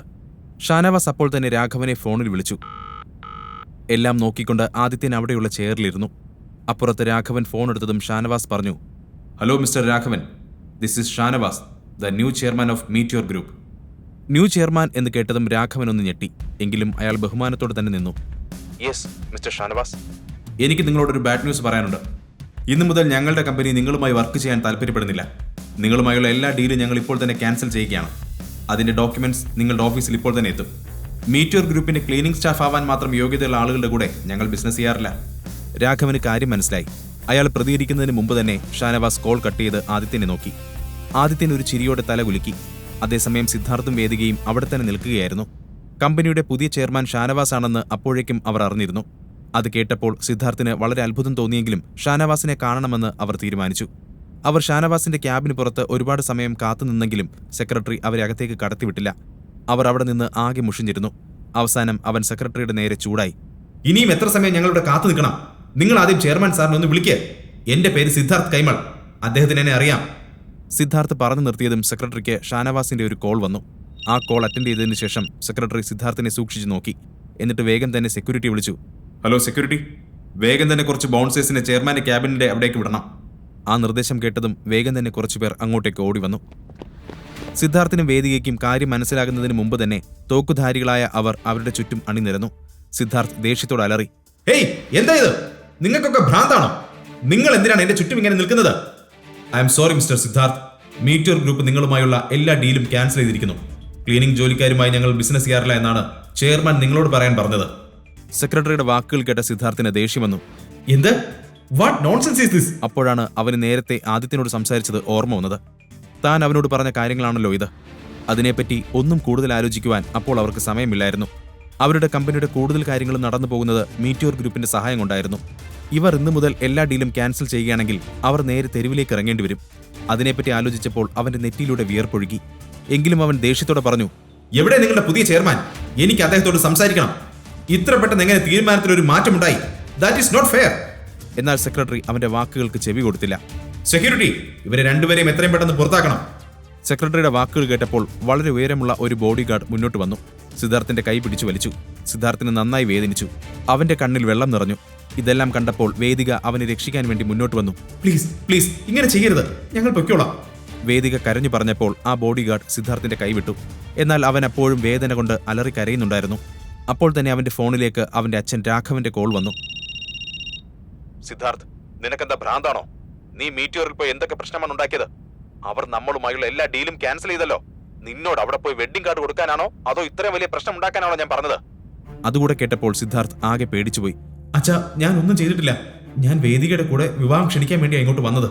ഞാൻ ചെയർമാൻ ഇതുവരെ കണ്ടതുപോലുമില്ല. സിദ്ധാർത്ഥ്, മതി. എനിക്ക് നിന്റെ വിശദീകരണം ഒന്നും കേൾക്കണ്ട. നീ കാരണം എനിക്ക് എത്ര വലിയ പ്രശ്നമാണ് ഉണ്ടായതെന്ന് നിനക്കറിയോ? ഇങ്ങനെ സംസാരിച്ചിട്ട് കാര്യമില്ല. നീ ഇപ്പോൾ തന്നെ ഇങ്ങോട്ട് വരണം. അതും പറഞ്ഞ് രാഘവൻ കോൾ കട്ട് ചെയ്തു. സിദ്ധാർത്ഥ് തന്റെ ചുറ്റുമുള്ള ബോഡി ഗാർഡുകളെ ഒന്ന് നോക്കിയതിനു ശേഷം പിന്നെ ഒന്നും മിണ്ടാതെ അവിടെ നിന്നും നടന്നുപോയി. അവൻ പോകുന്നത് കണ്ടപ്പോൾ വേദികയും അവന്റെ പിന്നാലെ ചെന്നു. പെട്ടെന്നുള്ള ഈ സംഭവം സിദ്ധാർത്ഥിനെ ആകെ പിടിച്ചുലച്ചു. എന്താണ് അവിടെ സംഭവിച്ചതെന്ന് അവന് മനസ്സിലായില്ല. കാറിലിരിക്കുമ്പോൾ നേരത്തെ ആദിത്യനുമായി ഉണ്ടായ തർക്കം സിദ്ധാർത്ഥിന് ഓർമ്മ വന്നു. വേദിക, ഇതെല്ലാം ആ ആദിത്യന്റെ പണിയാണെന്നാ എനിക്ക് തോന്നുന്നത്. എന്ത്? അവനെ പോലെ ഒരുത്തൻ ഇതൊക്കെ എങ്ങനെ ചെയ്യും?